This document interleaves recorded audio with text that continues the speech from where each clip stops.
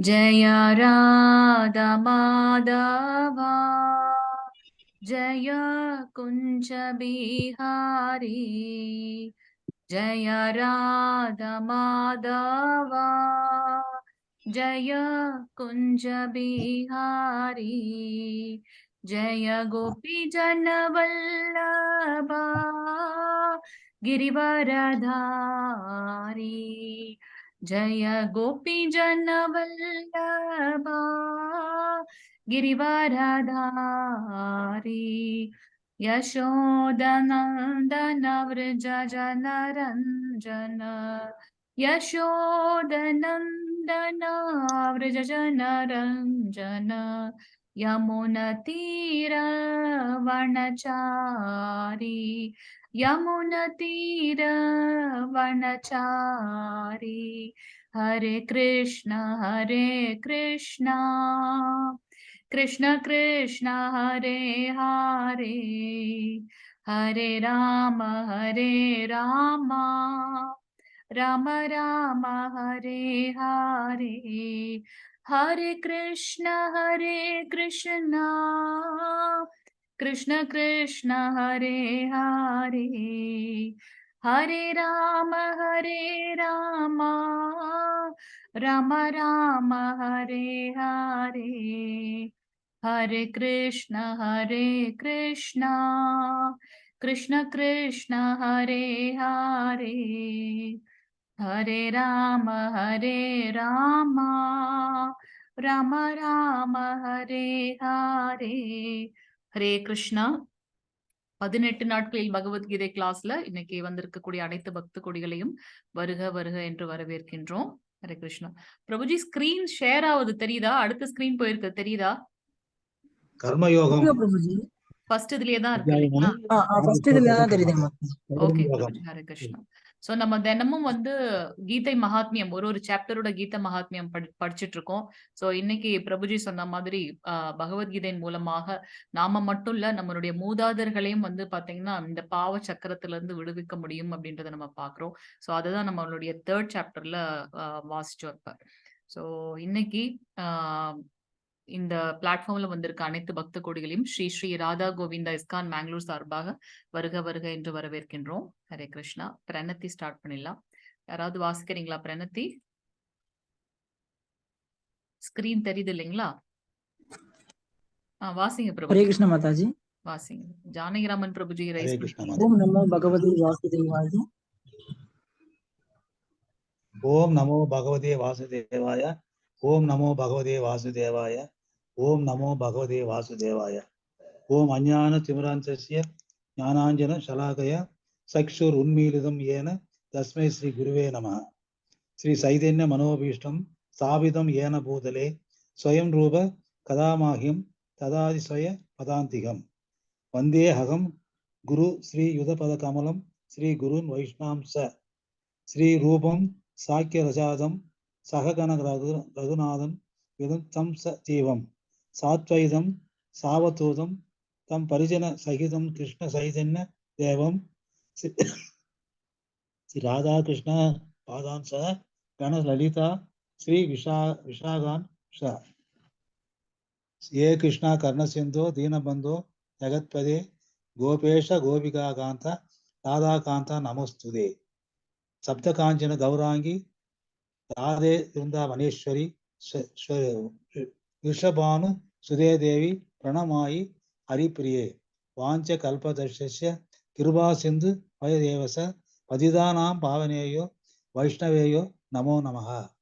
நமோ பிரம்மண்ய தேவாய கோ பிராஹ்மண விதாயச ஜகத்விதாய கிருஷ்ணாய கோவிந்தாய நமோ நமः. நமோ மகா வதாந்தாய கிருஷ்ண பிரேம் பிரதாயதே கிருஷ்ண கிருஷ்ண சைதன்ய நாமினே கௌர துவேஷ நாமினே நமः.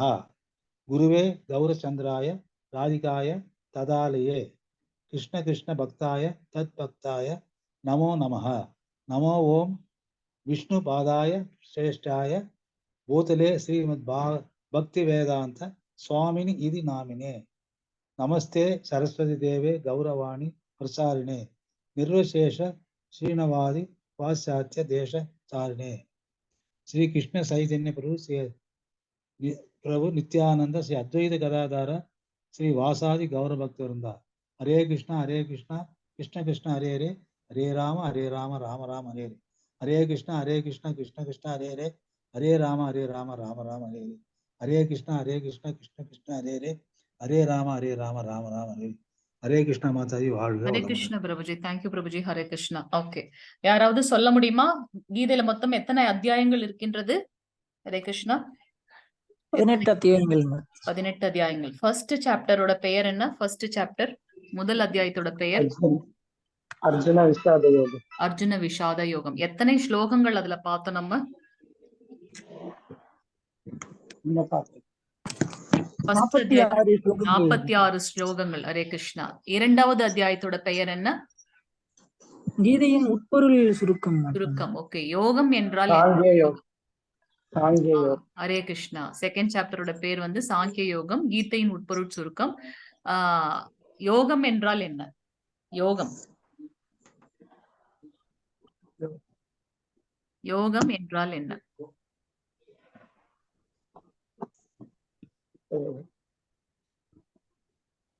ஆத்மாவை பற்றிய அறிவு. பகவானுடன் இணைவது யோகம். பகவானையும் பக்தனையும் எது இணைக்கின்றதோ அது வந்து யோகம் அப்படின்னு நம்ம பார்த்தோம் இல்லையா? ஓகே, இரண்டாவது சாப்டர்ல எத்தனை ஸ்லோகங்கள் பார்த்தோம்? இரண்டாவது சாப்டர்ல முதல் சாப்டர்ல 46, இரண்டாவது சாப்டர்ல எத்தனை ஸ்லோகங்கள் பார்த்தோம்? 72 ஸ்லோகங்கள். 72 ஸ்லோகங்கள். ஓகே, இன்னைக்கு நம்ம பார்க்கக்கூடிய அத்தியாயம் வந்து மூன்றாவது அத்தியாயம். இந்த அத்தியாயத்தோட பெயர் என்னன்னு பாத்தீங்கன்னா கர்ம யோகம். ஃபர்ஸ்ட் இதுல நம்ம என்ன பார்த்தோம்? அர்ஜுன விஷாத யோகம். அர்ஜுனனோட கவலை எப்படி பகவான் கிட்ட வந்து அவரை கனெக்ட் பண்ணிச்சுன்னு பார்த்தோம். அடுத்தது என்ன அப்படின்னாக்கா சாங்கிய யோகம். சாங்கிய யோகத்துல முழுமையான பொருள் ஆத்மாவை பற்றின ஒரு ஞானத்தை நம்ம பார்த்தோம். இந்த தேர்ட் அத்தியாயத்துல என்ன பார்க்க போறோம் அப்படின்னாக்கா கர்ம யோகத்தை பத்தி நம்ம பார்க்க போறோம். சோ நேத்து பார்த்த அத்தியாயத்தோட ஒரு சுருக்கம் வந்து பார்த்துடலாம். சோ போரிட மாட்டேன்ட்டு அர்ஜுனன் 5 காரணங்களை சொல்றாரு. அந்த ஒரு காரணத்திற்கும் பகவான் வந்து ஆன்சர் பண்ணிட்டே வர்றார். ஃபர்ஸ்ட் இதுல இரக்கம், எனக்கு இவங்களெல்லாம் பார்த்து ரொம்ப இரக்கமா இருக்கு, நான் இவங்களை கொன்னுடுருவனே அப்படின்னு அவர் ஃபீல் பண்ணும்போது, அப்போ அர்ஜுனர் அப்படி ஃபீல் பண்ணும்போது கிருஷ்ணர் வந்து இல்ல, இது வந்து உடல் மட்டும்தான், ஆத்மா இன்னொரு உடலுக்கு போகின்றது, நீ யாரையும் கொலை செய்யல அப்படின்றத சொல்றார். இன்பமின்மை அப்படின்ற அடுத்தது, நான் வெற்றி பெற்றால் யார்கிட்டயாச்சும் என்னோட இது ஹாப்பினஸ் ஷேர் பண்ணணும். ஆனா இங்க எல்லாருமே இறந்துட்டாங்கன்னா நான் யார்கிட்ட ஷேர் பண்ண முடியும்? அதனால எனக்கு வந்து கஷ்டம் தான். இதுல ஒரு இன்பமும் இல்லைன்றதுக்கு இல்லை. ஒரு மாவீரன் வந்து மரணத்தை தழுவும் போது போர்க்களத்தில் அவனுக்கு சொர்க்கம் கிடைக்கின்றது, தோல்வி அடைந்தால், வெற்றி அடைந்தால் அவனுக்கு இந்த ராஜ்யம் கிடைக்கின்றது அப்படின்றத சொல்றாரு கிருஷ்ணர். இது வந்து ஒரு பெரிய பாவச் செயல். எனக்கு வந்து கற்றுக் கொடுத்த என்னுடைய ஆசான் கிட்டையும் என்னை எடுத்து வளர்த்த என்னுடைய பாட்டனார் கூடயும் நான் வந்து போடுறது வந்து ஒரு பெரிய பாவச் செயல் அப்படின்றாரு. அப்ப வந்து பகவான் சொல்ற இல்ல, நமக்கு விதிக்கப்பட்ட கடமைகளை வந்து பக்தியோட செயல்படணும். அதனால உனக்கு விதிக்கப்பட்ட கடமை சத்திரியன், நீ மக்களை காப்பாற்றணும், தர்மத்தை நிலைநாட்டணும், அதற்காக நீ போர் செய்யணும்ன்றார். குடும்ப பாரம்பரியம் கெட்டுவிடும். ஏன்னா எல்லா ஆண் மக்களையும் வந்து இங்க போர்க்களத்துல பார்க்கும்போது அவங்க எல்லாம் இறந்துட்டாங்கன்னா அவங்களோட குடும்பத்தை வந்து எப்படி, யாரு வந்து ஒரு மூதாதையர்கள் இருக்கணும் இல்லையா, ஒரு வழி நடத்துறதுக்குன்னு அவர் சொல்றாரு. அதுக்கு வர்ணாசங்கரம், வர்ணாசிரமம் கிடையாது, இது வர்ணாசங்கரம். அதாவது எது பாவச் செயலோ அதை வந்து செய்யற ஒரு சமூகம் இருக்கக்கூடாது. ஏன்னா திரௌபதிக்கு நடந்த அந்த கொடுமையை வந்து அவர் சொல்றாரு. அந்த மாதிரியான இன்னொரு இது வந்து திருப்பி நடக்கக்கூடாது, அதுக்காக நீ ஒரு முன்மாதிரியாக இந்த போரை வந்து எடுக்கணும் அப்படின்னு. இருமனம், இந்த கடைசியில பாத்தீங்கன்னா கார்பண்ய தோஷம்ட்டு அர்ஜுனர் வந்து ரொம்ப கன்ஃபியூஸ்டா இருக்கு, எது சரி எது தப்புன்னு எனக்கு தெரியல, நீ வந்து என்ன வந்து சரியான ஒரு வழியை நடத்து, நான் உன்னுடைய சீடன் கிருஷ்ணா, நீ என்னுடைய குரு அப்படின்னு சொல்லிட்டு அவர் வந்து எனக்கு எது பண்றதுன்னு தெரியலன்னு கன்ஃபியூஸ்டா இருக்குன்னு அவர் சொல்லும்போது, அதுக்கு கிருஷ்ணர் என்ன சொல்றார்? உறுதியோட ஐம்புலன்களை கட்டுப்படுத்தி உறுதியோட உன்னுடைய இலக்கு வந்து என்ன, போர் புரியணும். அதனால பகவானுக்காக நான் செய்யறேன்ற அந்த தாட்டோட நீ உன்னுடைய கடமையை செய் அப்படின்ட்டு கிருஷ்ணர் நேத்து அவருக்கு சொன்னார். ஒரு சாப்டர்லயும் நம்ம வந்து எசன்ஸ் பாக்குறோம். ஃபர்ஸ்ட் சாப்டர்ல நம்ம பார்த்த எசன்ஸ் என்ன அப்படின்னீங்கன்னா வெற்றிக்கான அறிகுறிகள், பாண்டவர்கள் பக்கத்துல இருக்கக்கூடிய வெற்றிக்கான அறிகுறிகள் 9 காரணங்கள் பார்த்தோம். அது மட்டும் இல்லாம நான் போரிட மாட்டேன். ஏன் போரிட மாட்டேன்? 5 காரணங்கள் சொன்னார். அதை வந்து நம்ம ஃபர்ஸ்ட் சாப்டர்ல பார்த்தோம். செகண்ட் சாப்டர்ல எப்படி நம்ம வந்து இந்த வீழ்ச்சி நிலையை அடைகின்றோம் அப்படின்றத இங்க நம்ம பார்க்கிறோம் இல்லையா? இந்த இந்த இந்த டயக்ராம் மூலமாக. சோ புலன்களின் பொருட்கள், அதாவது நம்மளுடைய ஐம்புலன்கள் எதையாவது ஒரு விஷயத்த கேக்குது இல்ல பாக்குது அப்படின்னாக்கா, அது நம்மளையே அறியாம நம்ம அது மேல ஒரு பற்று வருகின்றது, இணைப்பு வருகின்றது, பற்றுதல். அந்த பற்றுதல் அதிகமாகி அது மேல பேராசையாக மாறுகின்றது, காமமாக மாறுகின்றது. அந்த பேராசையை வந்து நான் அடைய முடியல அப்படின்னாக்கா எனக்கு அதுல கோபம் வருகின்றது. அந்த கோபத்தின் மூலமாக நான் ஒரு மயக்க நிலையில் தள்ளப்படுகின்றேன். எப்ப அந்த மயக்க நிலையில் இருக்கின்றேனோ அப்போ எனக்கு என்னுடைய நினைவு வந்து குழம்புகின்றது. அதன் மூலமாக என்னுடைய அறிவை நான் இழந்து வீழ்ச்சி அடைகின்றேன். இந்த சர்க்கிளை வந்து நம்ம பார்க்கிறோம் இல்லையா? சோ அதுக்கு ஒரு பெஸ்ட் எக்ஸாம்பிள் நம்ம பார்த்தது, ஒரு தந்தை ஒரு புதிய கார் வாங்கினது, அந்த குழந்தைய வந்து ஒரு அறிவு கட்டத்தனமாக அந்த குழந்தைய அடிச்சிட்டாரு அப்படின்றத நம்ம பார்த்தோம். ஓகே, இது வந்து நேத்திய சாப்டரோட இதை பார்த்தோம். நம்ம இன்னைக்கு பார்க்கக்கூடிய அத்தியாயம் கர்மயோகம். கர்மயோகத்துல 43 ஸ்லோகங்கள் இருக்குன்னு நம்ம பார்க்கணும் இல்லையா? சோ இங்க வந்து அர்ஜுனர் திருப்பி கேட்கிறார், ஓகே கிருஷ்ணா, நீ வந்து ஐம்புலன்களை அடக்கி உன்னுடைய செயலை செய் அப்படின்னு சொல்றியே, திருப்பி எனக்கு கன்ஃபியூஷனா இருக்கு. நான் வந்து செயலை துறக்கணுமா இல்ல செயலை செய்யணுமா, துரத்தல் அல்லது செயல் அப்படின்னு 2 ஸ்லோகத்துல அவர் கேள்விகள் கேட்கின்றார். எனக்கு திருப்பி என்ன கன்ஃபியூஸ் பண்ற கிருஷ்ணா நீ அப்படின்னு. அதுக்கு கிருஷ்ணர் ஆன்சர் பண்றாங்க 3வது ஸ்லோகத்துல இருந்து 9வது ஸ்லோகம் வரைக்கும். நிஷ்காம கர்ம யோகம் என்பது மிகவும் ஞான யோகத்தை காட்டிலும் உயர்ந்தது அப்படின்றத சொல்றார். அப்ப நம்ம இதுல வந்து பார்க்க போறோம், கர்மம்னா என்ன, கர்ம யோகம்னா என்ன, கர்ம காண்டம்னா என்ன. அத வந்து கர்ம காண்டம், கர்ம யோகம், அது ரெண்டுத்துக்கும் இருக்கிற டிஃபரன்ஸ் 10வது ஸ்லோகத்துல இருந்து 16வது ஸ்லோகம் வரைக்கும் பார்க்க போறோம். 17ல இருந்து 35 வரைக்கும் ஒரு சிறந்த பக்தன் வந்து எப்படி வந்து நடந்து கொள்ள வேண்டும், எடுத்துக்காட்டாக வழி நடத்தணும் அவங்க அப்படின்றத 17ல இருந்து 35 வரைக்கும் பாக்குறோம். இதெல்லாம் கேட்டதுக்கு அப்புறம் திருப்பி அர்ஜுனர் கேட்பார், நான் ஒரு கர்மங்கள் மூலமாக எனக்கு பந்தம் வருதுன்னு சொல்றீங்க. சோ நான் ஒரு செயலை செய்யக்கூடாது, அது தவறானதுன்னு நான் நினைத்தாலும், ஆனால் நான் அதுல வந்து எப்படியோ மாட்டிக்கொள்கின்றேனே, அப்ப அது எப்படி நடக்குது, ஏன் அந்த கர்மத்துல வந்து நான் பந்தப்படுகின்றேன் அப்படின்னு கேட்கும்போது, யாரு மிகப்பெரிய எதிரி அப்படின்னு கேட்கும்போது, கிருஷ்ணர் 36ல இருந்து 43 ஸ்லோகம் வரைக்கும் நம்மளுடைய அந்த காமமே வந்து மிகப்பெரிய எதிரி அப்படின்றத வந்து அவர் சொல்ல போறார். ஹரே கிருஷ்ணா. ஸ்கிரீன் தெரியுது இல்லைங்க பிரபுஜி? ஹரே கிருஷ்ணா. ஹரே கிருஷ்ண மாதாஜி. தெரியுதுங்க மாதாஜி? தெரியுது. ஹரே கிருஷ்ணா பிரபுஜி. ஓகே. ஓம் நமோ பகவதே வாசுதேவாய. ஓம் நமோ பகவதே வாசுதேவாய. ஓம் நமோ பகவதே வாசுதேவாய. ஓம் ஸ்ரீ கிருஷ்ண பரமாத்மனே நமः. அத த்ருதியோத்யாயः கர்மயோகோஹ. ஹரே கிருஷ்ணா. ஃபர்ஸ்ட் ஸ்லோகம் வாசிங்க பிரபுஜி, மாதாஜி வாசிங்க. ஹரே கிருஷ்ண மாதாஜி. ஹரே கிருஷ்ண பிரபுஜி வாசிங்க. ஜாயசி சேத் கர்மணஸ்தே மதா புத்திர் ஜனார்தன தத் கிம் கர்மணி கோரே மாம் ஜோயசி கேசவ. ஹரே கிருஷ்ண மாதாஜி. ஹரே கிருஷ்ண பிரபுஜி. அர்ஜுன உவாச. சோ அர்ஜுனன் கூறினான், ஜனார்தனனே, கேசவனே, பலநோக்கு செயல்களை விட புத்தி சிறந்தது என்றால் கோரமான இப்போரில் தாங்கள் என்னை பலவந்தமாக ஈடுபடுத்துவது ஏன்?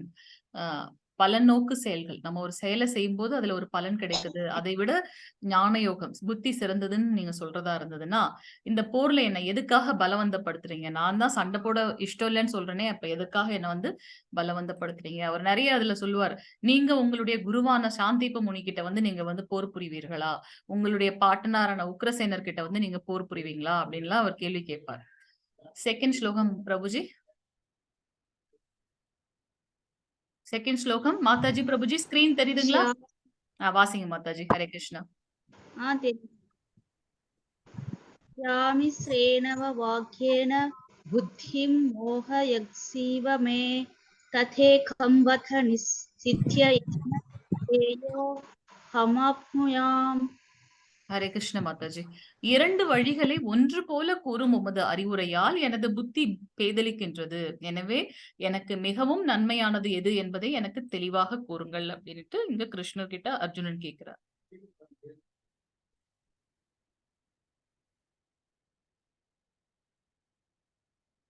ஓகே. சோ இந்த பிக்சர் பார்க்கும்போது நமக்கு என்ன தெரியுதுன்னா, அர்ஜுனன் திருப்பி கன்ஃப்யூஸ் ஆயி கேட்கிறார். நான் என்னுடைய செயலை செய்யணுமா? இல்ல அமைதியாக எல்லாத்தையும் விட்டுட்டு துறவறத்துல இருக்கணுமா? யோகிகள் என்ன பண்றாங்க? எந்த செயலும் செய்யாமல் தனக்கு உள்ளார இருக்கக்கூடிய பரமாத்மாவோட தியானம் பண்ணி, அந்த அருவ பிரம்மத்துக்கிட்ட போகறதுக்கு ட்ரை பண்றாங்க. சோ நான் அந்த மாதிரி என்னுடைய எல்லா செயல்களையும் துறந்து நான் வந்து போகணுமா? இல்ல வந்து என்னுடைய செயல்களை செய்யணுமா? இங்க பார்த்தீங்கன்னா, அர்ஜுனன் ஐ மீன் ஆஞ்சநேயர் என்ன பண்றாரு அப்படின்னாக்கா, அவருடைய வாள்ல வந்து நெருப்பு வச்சுருவாரு இல்லையா? ராவணன். அத வச்சு என்ன பண்றாருனாக்கா, அந்த அ அ அ லங்காவே வந்து ஃபுல்லா வந்து அவர் எரித்து விடுவார். ஆக்சுவலா அந்த மாதிரியான ஒரு செயல் செய்யக்கூடாது. ஆனா பகவானுடைய சேவையில நம்ம இருக்கும்போது, கோபம் வரும்போது அந்த செயல்களை நம்ம செய்து தான் ஆக வேண்டும். இல்லையா? அது வந்து உத்தமமாக கருதப்படுகின்றது. ஓகே. நம்ம பார்த்தோம். நேத்து பார்த்தோம். புலன்கள் மூலமாக நமக்குள்ளேயே மனசு எப்படி வந்து கன்ஃப்யூஸ் ஆகுது அப்டின்னுட்டு. ஸோ இந்த உடல், நம்மளுடைய இந்த உடல் பார்த்தீங்கன்னா, நமக்கு பார்க்குறோம் இல்லையா? ஸோ இது வந்து பார்த்தீங்கன்னா, ஸ்தூல உடல். நம்ம எது கான்கிரீட்டா பார்க்க முடியுதோ எவிடென்ட்டா அது ஸ்தூல உடல். நமக்கு உள்ளார இருக்கக்கூடியது எதுன்னு பார்த்தீங்கன்னா, சூக்ஷ்ம உடல். அது வந்து ரொம்ப சூக்ஷ்மமா இருக்கும். நமக்கு கண்ணுக்கு தெரியாத ஒன்று. சோ, இந்த ஸ்தூல உடல் வந்து பஞ்சபூதங்களாக நம்ம அடுத்தடுத்து பார்க்க போறோம். 24 மூலக்கூறுகள் இருக்கு. இந்த உடல்ல வந்து உருவாக்கப்பட்டிருக்கு அப்படின்னு பார்க்கிறோம். ஜெனரலா பார்த்தீங்கன்னா, பஞ்சபூதங்களாக ஆக்கப்பட்டிருக்குது இந்த ஸ்தூல உடல். ஒரு நம்மளுடைய உயிர் போகும்போது பார்த்தீங்கன்னா, இந்த ஸ்தூல உடல் தான் வந்து அழியுமே தவிர்த்து, இது உள்ளார இருக்கக்கூடிய அந்த சூக்ஷ்ம உடல். சூக்ஷ்ம உடல் என்ன? ஆத்மா. அந்த ஆத்மாவை 3 லேயர் வந்து கவர் பண்ணிருக்கு.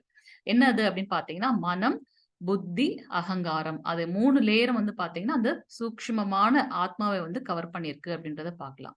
ஸோ நமக்கு வந்து இந்த ஐம்புலன்கள் வந்து பார்த்தீங்கன்னா, இங்க குதிரைக்கு ஈக்குவலா கொடுக்கப்பட்டிருக்கு. ஒண்ணு ஒண்ணு ஒரு ஒரு டைரக்ஷன்ல போகுது. ஆனா, ஒருமித்து அத எது கூட கனெக்ட் பண்றாங்கன்னு பார்த்தீங்கன்னா, அந்த கடிவாளம் வந்து பார்த்தீங்கன்னா மனம். அது போற இடத்துக்குலாம் இந்த மனம் போச்சு அப்படின்னாக்கா, நுண்ணறிவும் அத விட்டுடுச்சு. ஓகே அது எங்க போதோ விட்டுருச்சுனாக்கா, நம்ம எங்க போய் சேரணுமோ அந்த இலக்க வந்து அடைய முடியாது. அதனால நம்ம நுண்ணறிவை வந்து கரெக்ட்டா பயன்படுத்தி, எந்த இலக்கை நோக்கி போகணுமோ, அங்க வந்து கரெக்ட்டா செலுத்தணும் அப்படின்றத வந்து பார்க்கலாம். நம்ம பார்க்கிறத எல்லாத்தையும் நம்ம வாங்க முடியாது இல்லையா? நமக்கு எது தேவையோ அதை மட்டும் தான் நம்ம வாங்கணும். ஸோ நம்ம இந்த அ பௌதீக வாழ்க்கையில, இந்த ஜட உலகில வந்து பார்த்தீங்கன்னா, uh it is full of maya. அதனால எல்லாமே நம்மள ஒரு ஒரு இடத்துக்கு வந்து அலைக்கழித்து கொண்டு போகும். ஆனா அதையெல்லாம் சரியான ஒரு கண்ணோட்டத்துல போய் நம்மள வந்து ஆன்மீகத்துல வந்து முன்னேறணும் அப்படின்றத வந்து நம்ம பார்க்கலாம். சோ இங்க பார்த்தீங்கன்னா, கண் கண்ண வந்து நம்ம எதற்காக யூஸ் பண்ணணும் அப்படின்னு பார்த்தீங்கன்னா, பகவான தரிசனம் பண்றதுக்காகவும், ஆ அவருடைய அந்த அர்ச்ச விக்கிரகம் சாதாரண விக்கிரகம் இல்ல. அர்ச்ச விக்கிரகம்னா உண்மையான பாசத்தோட நம்ம என்ன கொடுத்தாலும் பகவானுக்கு வந்து பார்த்தீங்கன்னா, அத வந்து ஸ்வீகரிச்சுக்குவார். நமக்கு தான் வந்து பார்த்தீங்கன்னா, நம்மளோட கண் வந்து பார்க்க மட்டும் தான் செய்யணும். ஆனா பகவானுக்கு கண் சாப்பிட கூட செய்யும். அதுதான் வந்து ரொம்ப திவ்யமானது அப்படின்னு பார்க்கிறோம். நமக்கும் பகவானுக்கும் இருக்கக்கூடிய வேற்றுமைகள். சோ இங்க வந்து பார்த்தீங்கன்னா, நம்மளுடைய அ அ கிருஷ்ணரோட அந்த அர்ச்ச விக்கிரகத்தை தரிசனம் செய்வதற்காகவும், பகவத்கீதையை படிப்பதற்கும், பாகவதம் படிப்பதற்கும், வேத புத்தகங்களை படித்து நம்மளுடைய ஞானத்தை விருத்தி செய்வதற்காக கண்களை உபயோகப்படுத்தும்போது, நம்ம வந்து கரெக்ட்டான ஒரு இதுல போறோம் அப்படின்றத பார்க்கலாம். இதெல்லாம் நம்ம எப்படி தெரிஞ்சுக்கிறோம்னா, சாஸ்திரத்துல சொல்லப்பட்டிருக்கு. சோ சாஸ்திரம் என்ன? நம்ம மனித வாழ்க்கை எப்படி நடத்தணும்ன்றதுக்கு உண்டான ஒரு லா புக். சோ அத இந்த கண்ண அந்த மாதிரி நம்ம யூஸ் பண்ணோம்னாக்கா, நம்ம ஜடப்பற்று இருக்காது. இந்த மூக்கு, சுவாசம் அத வந்து நம்ம எதற்காக யூஸ் பண்ணணும் அப்டின்னாக்கா, பகவானுக்கு யூஸ் பண்ண பொருட்கள வந்து நுகர்வதற்காக நம்ம வந்து யூஸ் பண்ணணும் அப்டின்றதுக்காக பார்க்கிறோம். கிருஷ்ணருக்கு வழங்கப்பட்ட துளசி இலைகள், மலர்கள், கிருஷ்ண பிரசாதம் போன்ற நல்ல வாசனைகளை முகர்ந்து அதை பயன்படுத்த வேண்டும் பகவானுடைய சேவையில. ஸோ நம்மளுடைய ஐம்புலன்களையும் மனம், புத்தி இது எல்லாத்தையும் பகவானோட சேவையில இது பண்ணும்போது நம்ம திவ்யமாக கருதப்படுகின்றோம். இந்த நமக்கு வந்து 2 விதமான கடமைகள் இருக்கின்றது. ஒண்ணு இந்த ஜட உலகத்திற்கு உண்டான இந்த உடலை நம்ம பார்க்கிற இந்த ஸ்தூல உடலை பேணி காக்கக்கூடிய ஒரு கடமை. இன்னொரு கடமை என்ன அப்படின்னு பார்த்தீங்கன்னா, ஆன்மீகமான ஒன்று. அதாவது நம்ம எப்பவுமே அந்த ஆத்மாவ பத்தி நம்ம ஃபீல் பண்றதே கிடையாது. ஆனா நம்ம சில சமயம் நம்மளோட எவ்ளோ பிஸி ஷெட்யூலும் டெம்பிள்லாம் போயிட்டு வந்தோம்னா நமக்கு ரொம்ப நல்ல ஒரு ஃபீல் கிடைக்கும். ஏன் அப்படின்னாக்கா, நம்ம வந்து நம்மளுடைய ஆத்மாவ வந்து ஸ்ட்ராங் பண்றோம். சோ அத நம்ம எப்படி ஸ்ட்ராங் பண்றது அப்படின்னாக்கா, நம்மளுடைய சேவைகளை, நம்மளுடைய செயல்களை வந்து ஆ ஒரு ஆன்மீகமாக நம்ம செய்யும்போது பார்த்தீங்கன்னா, நமக்கு உள்ளார இருக்கக்கூடிய ஆத்மா ஸ்ட்ராங் ஆகுதுன்றத நம்ம பார்க்கலாம். சோ காது எதுக்கு யூஸ் பண்ணணும் அப்படின்னா அப்படின்னாக்கா கிருஷ்ண பஜனையை கேட்பதற்காகவும், தெய்வீகமான இசைகளை கேட்பதற்காகவும், பகவத்கீதை பாகவதம் கேட்பதற்காகவும், பாசுரங்களை கேட்பதற்காகவும் பயன்படுத்தும் போது அது சுத்தமடைகின்றதுன்றதை பார்க்கலாம். கை எதற்காக யூஸ் பண்றது? பகவானுக்கு வந்து ஆரத்தி பண்றதுக்காகவும், அர்ச்சனை செய்வதற்காகவும், பிரசாதம் மற்றும் அவருடைய பாதங்களை வணங்குதல். நம்ம 9 விதமான பக்தியை பார்க்க போறோம். சோ அந்த கையை வந்து அதற்காக நம்ம யூஸ் பண்ணும்போது நம்மளுடைய புலன்கள் வந்து சுத்தப்படுத்தப்படுகின்றது. வாய் எதற்காக யூஸ் பண்ணணும்? பகவானை பத்தின நாமங்களை சொல்வதற்கும், அவரை பற்றின பாடல்களை பாடுவதற்கும், அவரை பற்றின புகழ்களை மற்றவர்களுக்கு எடுத்து கூறுவதற்காகவும், அவருக்கு படைக்கப்பட்ட உணவை பிரசாதத்தை எடுத்துக்கொள்வதற்காகவும் இந்த வாயை வந்து நம்ம யூஸ் பண்ணணும். சோ இந்த ஐம்புலன்கள் வந்து தூய்மை அடையும் போது மனமும் வந்து தூய்மை அடையும். அண்ட் நம்மளுடைய நுண்ணறிவு, அந்த புத்திசாலித்தனம் அதுவும் வந்து தூய்மை அடைவதனால ஆத்மா வந்து ஸ்ட்ராங் ஆகுது அப்படின்றத நம்ம இங்க பார்க்கலாம். 6வது ஸ்லோகம் மாதாஜி பிரபுஜி. ஹரே கிருஷ்ணா. வாசிங்க. ஹரே கிருஷ்ணா. 6வது ஸ்லோகம். ஹரே கிருஷ்ணா. ஹரே கிருஷ்ண மாதாஜி. இந்திரியாணி சம்யம்ய யாஸ்தே மனசா சம்ரன் இந்திரியாத்தான் விமூடாத்மா மித்யாஸ்ரா சா உச்சதே. ஹரே கிருஷ்ணா மாதாஜி. ஹரே கிருஷ்ணா பிரபுஜி. மாதாஜி நீங்க அடுத்தது வாசிங்க மாதாஜி. ஹரே கிருஷ்ணா. சோ இங்க பாத்தீங்கன்னா கர்தம முனிவர் வந்து பாத்தீங்கன்னா அவரோட பயாஸ் ஆக்டிவிட்டிஸ் ரொம்ப நிறைய இருக்கு. நிறைய புண்ணியமான இது பண்ணிருக்காங்க. சத்தியயுகத்துல நடந்தது. சத்தியயுகத்துல எல்லாருக்கும் நிறைய அவங்களோட ஆயுட்காலம் வந்து ரொம்ப அதிகமா இருக்கும். அதனால அந்த யுகத்துக்கு உண்டான தர்மம் என்ன அப்படின்னா தியானம் பண்றது இல்லையா? சோ கர்தம முனிவர் வந்து பாத்தீங்கன்னா அவருடைய பிள்ளை வந்து பாத்தீங்கன்னா கபிலதேவர் யாரு? பகவானுடைய இன்னொரு அம்சம். இத்தனை சிறப்புகள் கொண்ட கர்தம முனிவர் என்ன பண்றாரு? தன்னுடைய நம்ம ஒவ்வொருத்தவங்களுக்கும் 4 ஆசிரமம் இருக்குன்னு பாக்குறோம். பிரம்மச்சரியம், கிரகஸ்தர்கள், வானப்பிரஸ்தம், சன்னியாசி. சோ இவர் என்ன பண்றாரு? தன்னுடைய கடமைகள் எல்லாம் முடிஞ்சிருச்சு. நான் இப்ப வந்து பகவானை பத்தி முழுமையா அவரை பத்தி தியானத்துல இறங்கணும் அப்படின்னு சொல்லிட்டு என்ன பண்றார்? ஒரு வனத்துல வந்து அவர் வந்து தியானம் பண்ண ஆரம்பிக்கிறார். தன்னுடைய மனசுக்குள்ளார இருக்கக்கூடிய பரமாத்மா, நம்ம நேத்து பார்த்தோம் இல்லையா? பகவான் கிருஷ்ணன் 3 ரூபத்துல இருக்கிறார்.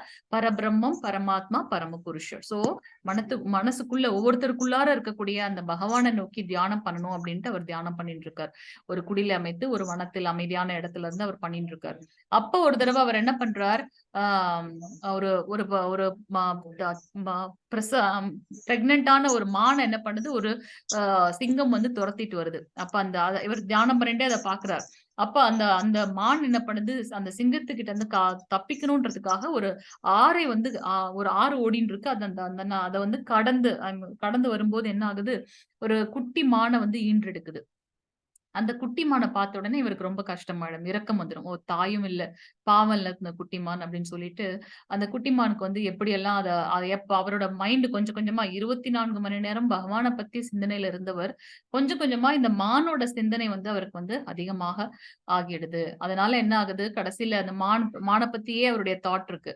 அவர் எதற்காக வந்தாரோ அதை மறந்துட்டு மான் பின்னாடியே அவருடைய தாட்ஸ் அதிகமா போயிட்டே இருக்கு. சோ ஒரு கட்டத்துல அவருக்கு அந்த மரண தருவாய் வரும்போது என்ன ஆகுது? மானே நினைச்சிட்டு இருக்கிறதுனால அவரோட அடுத்த பிறவி வந்து மான் பிறவியாக கிடைக்கின்றது. எவ்வளவு பெரிய பயாஸ் ஆக்டிவிட்டிஸ் பண்ணின ஒரு முனிவர், அவருக்கு வந்து பாத்தீங்கன்னா அடுத்த பிறவி மான் பிறவியாக கிடைக்கின்றது. யாருமே நம்மளுடைய கர்மாவில இருந்து தப்பிக்கவே முடியாது.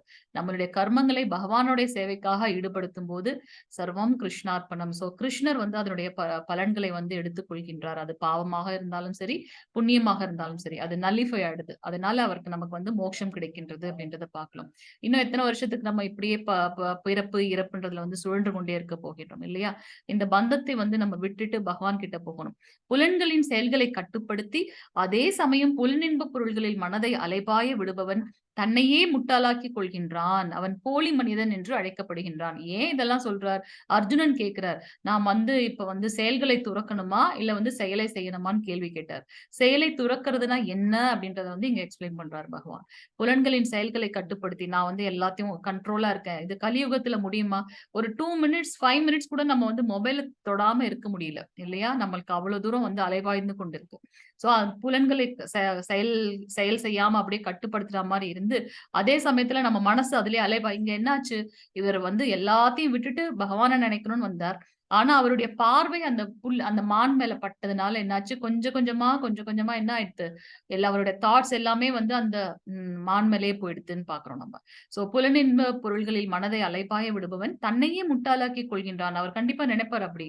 மான் பிறவி கிடைச்ச உடனே, ஆஹா நான் எவ்வளவு பெரிய முட்டாள்தனம் பண்ணிட்டேன் அப்படின்னுட்டு.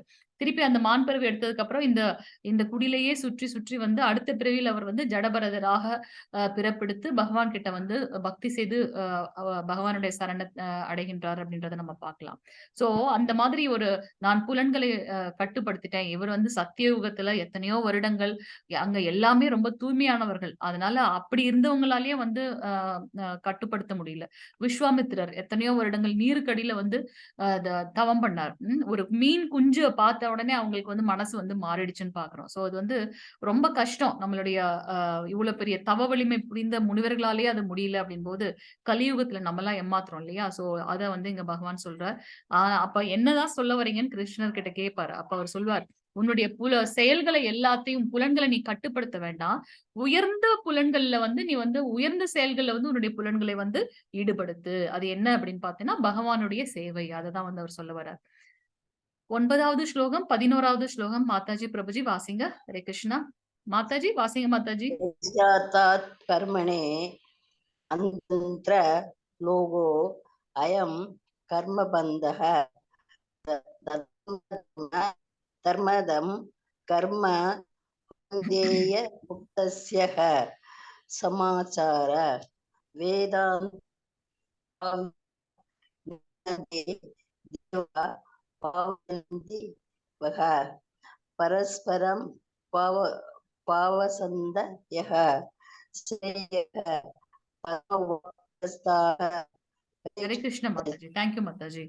அப்ப என்ன பண்ணணும்னு கேட்கும்போது விஷ்ணுவிற்கு அர்ப்பணிக்கப்படும் செயல்கள் நிறைவேற்றப்படலாம். மற்ற செயல்கள் இந்த பௌதீக உலகத்தோடு பந்தப்படுத்துபவை.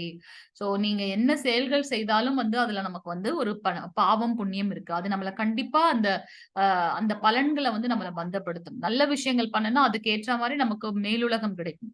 தீய விஷயங்கள் பண்ணும்போது அதை சரி பண்றதுக்காக நம்ம கீழுலகம் போகணும். எப்ப இதுல இருந்து நம்ம வந்து விடுதலை அடைவோம் அப்படின்னாக்கா, நல்லதோ கெட்டதோ பலனோ இல்ல வந்து பாவமோ அல்லது புண்ணியமோ அதை பகவானுக்கு அர்ப்பணம் செய்யும்போது பாத்தீங்கன்னா நமக்கு அந்த பாவம் அந்த பந்தம் ஏற்படாது அப்படின்றத பார்க்கலாம். எனவே குந்தியின் மகனே, உனக்கு விதிக்கப்பட்ட கடமைகளை அவரது திருப்திக்காக செய். போன சாப்டர்லயே நம்ம பார்த்தோம், உன்னுடைய கடமையை செய்யறதுக்கு மட்டும்தான் உனக்கு அதிகாரம் இருக்கின்றது. அந்த செயலின் பலன்ல வந்து உனக்கு வந்து அதிகாரம் இல்லை அப்படின்றத வந்து நம்ம போன சாப்டர்லயே பார்த்தோம். சோ இங்க வந்து அதை திருப்பி அதை வந்து இன்சிஸ்ட் பண்றார் கிருஷ்ணர். உனக்கு விதிக்கப்பட்ட கடமைகளை அவரது திருப்திக்காக செய். இவ்விதமாக நீ எப்போதும் பந்தத்திலிருந்து விடுபட்டு வாழ்வாய். யாரு? விஷ்ணுவின் திருப்திக்காக. இவர் கிருஷ்ணர் ஏன் விஷ்ணுவை சொல்றார்? நம்ம ஏற்கனவே பார்த்திருக்கோம், நேத்தே பார்த்தோம். பகவான் கிருஷ்ணர் 3 ரூபங்களாக அவர் வந்து வியாபித்திருக்கின்றார். பரபிரம்மம், பரமாத்மா, பரமபுருஷர். மகாவிஷ்ணு, கர்ப்போதகசாய் விஷ்ணு, சிரோதகசாய் விஷ்ணு. நமக்கு விதிக்கப்பட்ட கடமை என்ன அப்படின்னு நம்ம அடுத்தடுத்துல பார்க்க போறோம். யஜ்ஞம் பண்றது, தியானம் பண்றது, தவம் பண்றது, தானம் பண்றதுன்னு நம்ம பார்க்கணும். சோ அந்த யஜ்ஞம் பண்ணும்போது அக்னி நம்ம யஜ்ஞம் பண்ணும்போது பாத்தீங்கன்னா அதோட பலன் எல்லாம் யாருக்கு போகுது அப்படின்னாக்கா விஷ்ணு பகவானுக்கு தான் போகின்றது. அதுவும் கலியுகத்துல எது சிறந்த யஜ்ஞம் அப்படின்னு பாத்தீங்கன்னா ஹரிநாம சங்கீர்த்தனமே வந்து சிறந்த யஜ்ஞம். ஹரே கிருஷ்ண கிருஷ்ண கிருஷ்ண ஹரே ஹரே, ஹரே ராம ராம ராம ஹரே ஹரே. இது ரொம்ப எவ்வளவு சிம்பிளான ஒரு இது இல்லையா? நம்ம எப்ப ஹரே கிருஷ்ணா மகாமந்திரம் சொல்றோமோ அப்ப வந்து நம்மள வந்து தூய்மை அடைகின்றோம் அப்படின்றத இங்க பார்க்கலாம். சோ நமக்கு விதிக்கப்பட்ட கடமையை யாரோட திருப்திக்காக? கிருஷ்ணரோட திருப்திக்காக செய்யணும். அதுவே நம்மள வந்து பந்தத்துல இருந்து விடுபடுத்தும். அப்படி இல்ல அப்படின்னாக்கா திருப்பி அந்த பாவ புண்ணிய கணக்கை கழிப்பதற்காக நான் பிறப்பு எடுத்துக்கொண்டே இருப்பேன் அப்படின்றத பார்க்கலாம். யாகங்களால் மகிழ்ச்சி அடையும் தேவர்கள் உங்களையும் மகிழ்விப்பர். மனிதர்களுக்கும் தேவர்களுக்கும் இடையேயான இத்தகு ஒத்துழைப்பினால் அனைவரும் உயர்ந்த நலமுடன் வாழலாம்.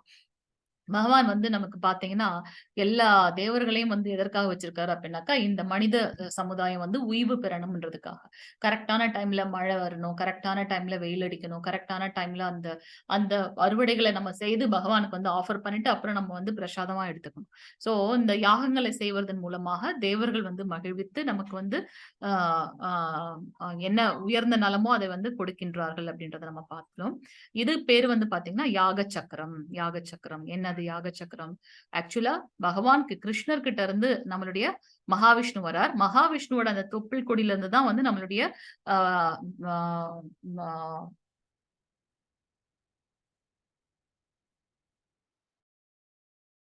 தோன்றாரு பிரம்மதேவர் வருகின்றார். பிரம்மதேவர் கிட்ட இருந்து தான் வந்து வேதங்கள் வருகின்றதுன்னு பாக்குறோம். வேதங்கள் என்ன சொல்லுது? நம்ம ஒரு மனிதன் வந்து என்ன அவருடைய கடமைகள் என்ன, எதை செய்யணும், எதை செய்யக்கூடாதுன்றத வேதங்கள் கற்பிக்கின்றது. அந்த வேதங்களை ஃபாலோ பண்ணி நம்மளுடைய கடமைகளை நம்ம செய்யும் போது, அந்த கடமைகள் என்ன? நம்மளுடைய நமக்கு விதிக்கப்பட்ட அந்த வர்ணங்கள், ஆசிரமங்கள் அதெல்லாம் ஃபாலோ பண்றோம். அப்படி நம்ம கடமைகளை செய்யும் போது நமக்கு விதிக்கப்பட்டது என்ன அப்படின்னு பாத்தீங்கன்னா, யாகங்கள் செய்வது, தானம் அண்ட் தவம் பண்றது. இந்த 3 விஷயங்கள் வந்து எல்லா வர்ணத்தவர்களுக்கும், எல்லா ஆசிரமத்துல இருக்கவங்களும் செய்ய வேண்டிய ஒன்று. அப்படி நம்ம அந்த யாகங்களை செய்யும்போது, தெய்வங்கள் எல்லாம், துணை தெய்வங்கள் எல்லாம் மகிழ்ச்சி அடைந்து நமக்கு வந்து மழை கிடைக்கின்றது. அந்த மழையில இருந்து நமக்கு தானியங்கள் கிடைக்கின்றது. அந்த தானியத்தை வைத்து நம்ம உணவு செய்து அதை வந்து பகவானுக்கு அர்ப்பணம் செய்துவிட்டு, அவருக்கு கொடுத்த அந்த பிரசாதமாக நம்ம எடுக்கும்போது பாத்தீங்கன்னா, நமக்கு வந்து ஓய்வு பெறுகின்றோம் அப்படின்றத பார்க்கணும். சோ அந்த எப்ப வந்து நம்மளுடைய பெற்றவர்களுக்கு நம்ம ஏதாவது சின்னதா பண்ணாலும் அவங்க வந்து ரொம்ப சந்தோஷப்படுவாங்க. சோ எனக்கு குழந்தை ஞாபகம் வச்சிருக்குன்னு. அது போல சோ பகவான் கிட்ட நம்ம திருப்பி அதை அர்ப்பணம் செய்து விட்டு நம்ம அதை பிரசாதமாக எடுத்துக்கொள்ள வேண்டும். இதுதான் நமக்கு வந்து விதிக்கப்பட்டிருக்கு. சோ இது பாத்தீங்கன்னா யாக சக்கரம். இது திருப்பி வந்து கொண்டே இருக்கும், சுழன்று கொண்டே இருக்கும் அப்படின்றத நம்ம இங்க பார்க்கலாம். ஹரே கிருஷ்ணா. அது மட்டும் இல்லாம நமக்கு வந்து 3 விதமான நம்ம இந்த 3வது சாப்டர்ல என்ன பார்க்கிறோம்? கர்ம யோகத்தை பற்றி பார்க்கின்றோம். 3 விதமான மனிதர்களை நம்ம இங்க பார்க்கலாம். நம்ம த்ரூ அவுட் த பகவத்கீதையில பாத்தீங்கன்னா நிறைய கிளாசிபிகேஷன் பகவான் சொல்லிட்டே போவார். குணங்கள் 3 விதமாக இருக்கு.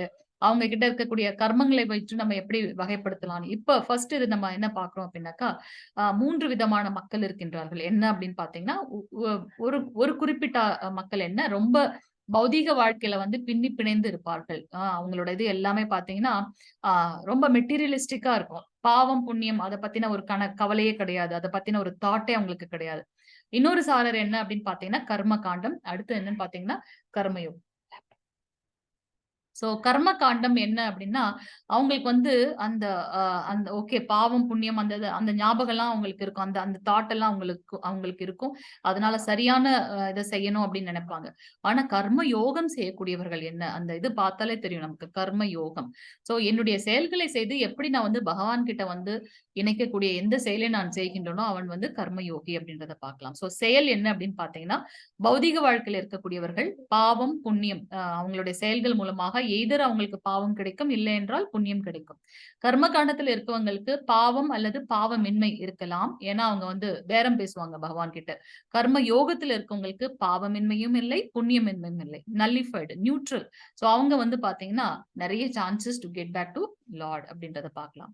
விருப்பம் எப்படி இருக்கும்? இந்த பௌதிக வாழ்க்கையில இருக்கக்கூடியவர்கள் வந்து ரொம்ப சுயநலவாதிகளா இருப்பாங்க. நான் நல்லா இருந்தா போதும், அடுத்தவங்க எப்படி போனா என்ன, அந்த மாதிரியான தாட் இருக்குங்க. ஆனா கர்ம காண்டத்துல இருக்கக்கூடியவர்கள் என்ன செய்வாங்கன்னா, எனக்கு இந்த வேலை செஞ்சா எனக்கு என்ன பலன் கிடைக்கும்? அவங்களோட இது எப்பவுமே வந்து பலநோக்கு செயல்களை, இந்த ரஜோகுணத்தில் இருப்பவர்கள் போல பலநோக்கு செயல்களே இருப்பார்கள். ஆனா கர்ம யோகத்துல வேலை செய்யக்கூடியவங்க எப்படி இருப்பாங்கன்னா, பற்றின்றி தன்னுடைய கடமையை செய்வார்கள். இது எனக்கு விதிக்கப்பட்ட கடமை, நான் அதை செய்யறேன். இதுக்கு செய்யும் போது எனக்கு என்ன கிடைத்தாலும் அதுல எனக்கு பற்று கிடையாது. அதுதான் வந்து பற்றின்றி அவர்களுடைய கடமையை செய்வது. செயலை பற்றிய அறிவு ஒவ்வொருத்தவங்களுக்கும் அவங்களுடைய அறிவு என்ன அப்படின்னா, இந்த பௌதீக வாழ்க்கையில மூழ்கி இருப்பவர்கள் பாத்தீங்கன்னா, நானே அனுபவிப்பாளன், நான் தான் இந்த செயலை செய்கிறேன், நான் அந்த அந்த அகங்காரம் அதிகமாக இருக்கும். ஆனா கர்ம காண்டத்துல இருக்கவங்களுக்கும் பாத்தீங்கன்னா, நானே அனுபவிப்பாளன் அப்படின்ற அந்த தாட் இருக்கும். ஆனா கர்ம யோகத்துல இருக்கவங்க என்ன அப்படின்னாக்கா, நான் உரிமையாளன் கிடையாது, இது பகவானுடைய கடமை, பகவானுடைய செயல், அதை நம்ம செய்யறோம், இதுக்கும் எனக்கும் எந்த சம்பந்தமும் கிடையாது. தன்னை உரிமையாளனாக அவர்கள் கருதுவதே இல்லை. பகவான் மீதான நம்பிக்கை எப்படி இருக்கும் அப்படின்னு பாத்தீங்கன்னா, இந்த பௌதிக வாழ்க்கையில இருக்கவங்க பகவானை சுத்தமா மறந்துடுவாங்க.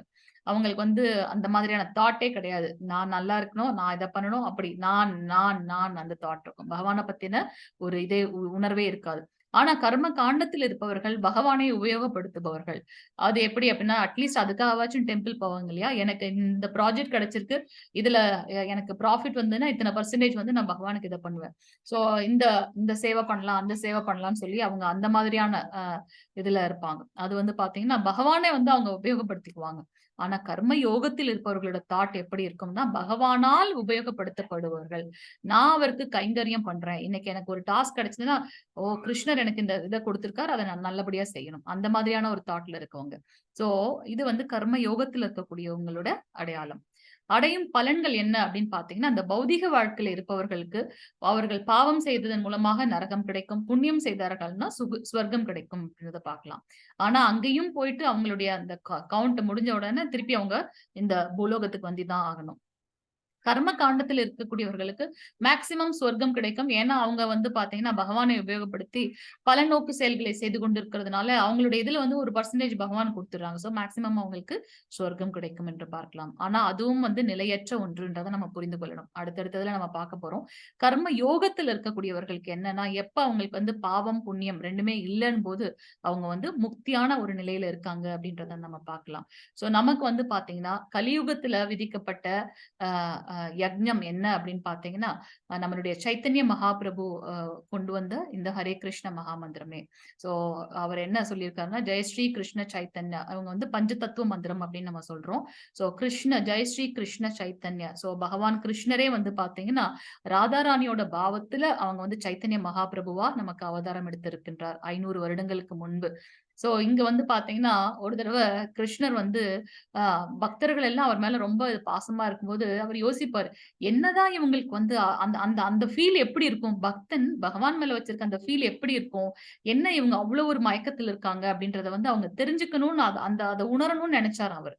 அதனால என்ன பண்ணாரு அப்படின்னாக்கா, ராதாராணி அம்மாவோட அந்த ஃபீலோட அந்த மோடோட அவர் எடுத்த அவதாரம் தான் வந்து பாத்தீங்கன்னா சைத்தன்ய மகாபிரபுவோட அவதாரம். சோ இவர் வந்து நம்மளுடைய ஜெயஸ்ரீ கிருஷ்ண சைத்தன்யா. அவர் கூட இருக்கவர் வந்து பாத்தீங்கன்னா நித்யானந்த, அத்வைத, கதாதர், ஸ்ரீவாசாதி. இந்த 5 பேரை தான் நம்ம வந்து என்னன்னு சொல்றோம், பஞ்ச தத்துவ மந்திரம் அப்படின்னு சொல்றோம். நம்ம ஹரே கிருஷ்ணா மகாமந்திரம் சொல்றதுக்கு முன்னாடி நம்மளுடைய பஞ்ச தத்துவ மந்திரம் ஏதாவது நம்ம வந்து அறிந்தோ அறியாமலோ அந்த நாம அபராதம் பண்ணிட்டு அதை வந்து இவங்க வந்து நம்ம காப்பாற்றுவார்கள் அப்படின்றதுக்காக நம்ம பஞ்சதத்துவ மந்திரம் ஹரே கிருஷ்ணா மகாமந்திரம் சொல்றதுக்கு முன்னாடியும் சொன்னதுக்கு அப்புறம் நம்ம சொல்றோம். ஐ திங்க் சிவனா பிரபுஜி வந்து ஷேர் பண்ணிருக்காங்கன்னு நினைக்கிறேன் ஃபர்ஸ்ட் டேவே. நீங்க வந்து அதை நீங்க பிராக்டிஸ் பண்ண ட்ரை பண்ணுங்க. சோ நமக்கு விதிக்கப்பட்ட கடமைகள் யஜ்ஞம் பண்ணணும். அப்படி தூய்மையான யஜ்ஞம் பண்றதுக்கு நல்ல மந்திரங்களோ இல்ல தூய்மையான பொருட்களோ இந்த கலியுகத்துல கிடையாது. சோ நமக்கு விதிக்கப்பட்ட தர்மம் என்ன கலியுகத்துலன்னு பாத்தீங்கன்னா ஹரே கிருஷ்ண மகாமந்திரம் தான் நமக்கு விதிக்கப்பட்ட தர்மம் அப்படின்றத பார்க்கலாம். சோ தினமும் நம்ம வந்து ஹரே கிருஷ்ண கிருஷ்ண கிருஷ்ண ஹரே ஹரே, ஹரே ராம் ராம் ராம் ஹரே ஹரே இந்த மகாமந்திரத்தை 108 முறை சொல்வதற்கு ட்ரை பண்ணணும். ஹரே கிருஷ்ணா. மாதாஜி 13வது ஸ்லோகம் மாதாஜி.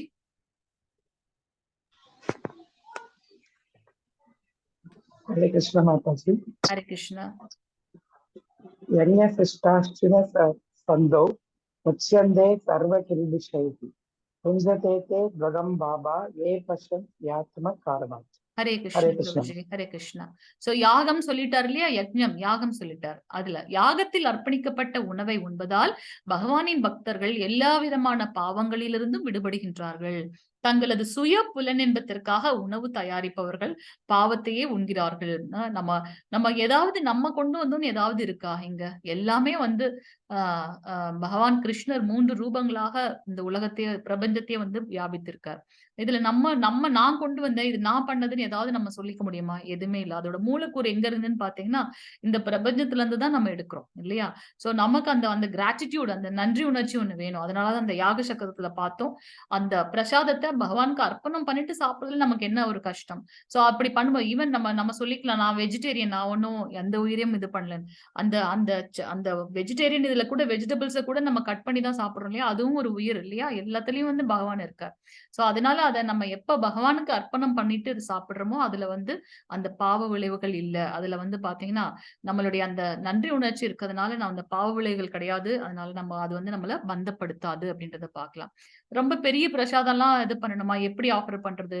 ஒண்ணும் இல்ல. நம்ம மனசார வந்து பகவானுக்கு வந்து சர்வம் கிருஷ்ணார்ப்பணம் ஒரு துளசி இலை வச்சு பகவானுக்கு அர்ப்பணம் பண்ணிட்டு அந்த பிரசாதத்தை நம்ம ஸ்வீகரிக்கும் போது அதுல வந்து எந்த பாவங்களும் கிடையாது.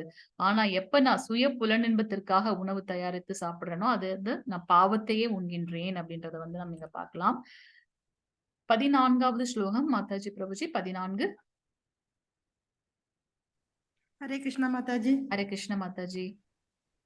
अन्नात् भवन्ति भूतादि पर्जन्यात् सम्भवः यज्ञात् भवति पर्जन्यः यज्ञ कर्म समुद्भवः ஹரே ஹரே கிருஷ்ண கிருஷ்ணா மாதாஜி. மாதாஜி. இது இந்த யாக சக்கரத்தை பத்தி தான் நம்ம இங்க பாத்துட்டு இருக்கோம். சோ மழையால் தோற்றுவிக்கப்படும் தானியங்களால் எல்லா ஜீவன்களின் உடல்களும் வாழ்கின்றன. யாகத்தால் மழையும் விதிக்கப்பட்ட கடமைகளால் யாகமும் உண்டாக்கப்படுகின்றன அப்படின்றத நம்ம இங்க பார்க்கலாம். நம்ம அந்த யாக சக்கரம் பார்த்தோம் இல்லையா, அதுதான் நம்ம இங்க பாக்குறோம். அடுத்தது நம்ம பார்க்கும்போது பார்த்தோம் முன்மாதிரியாக நம்ம இருக்கணும். எப்படி வந்து பகவானுடைய பக்தன் அப்படின்னாக்கா நம்ம முன்மாதிரியாக இருக்கணும் அப்படின்றத இங்க சொல்றார். 21வது ஸ்லோகம் மாதாஜி பிரபுஜி வாசிங்க. ஹரே கிருஷ்ணா. ஹரே கிருஷ்ணா மாதாஜி. ஹரே கிருஷ்ண வாழ்க பிரபுஜி யத் யத் வாசிங்க. யத் யத் ஆசரதி ஸ்ரேஷ்டஸ் தத் தத் ஏவதரோ ஜனः சயத் பிரமாணம் குருதே லோகேஸ் தத் அனுவர்ததே. ஹரே ஹரே கிருஷ்ணா கிருஷ்ண மாதாஜி. பிரபுஜி. பெரிய மனிதன் எத்தகைய செயல்களை செய்கின்றானோ அதையே பொதுமக்களும் பின்பற்றுகின்றனர். தன் செயல்களால் எந்த தரத்தை அவன் ஓமை அமைத்து காட்டுகின்றானோ அதையே உலகம் முழுவதும் பின்பற்றுகின்றது. இதை எதற்காக கிருஷ்ணர் வந்து இப்ப அர்ஜுனன் கிட்ட சொல்றார்?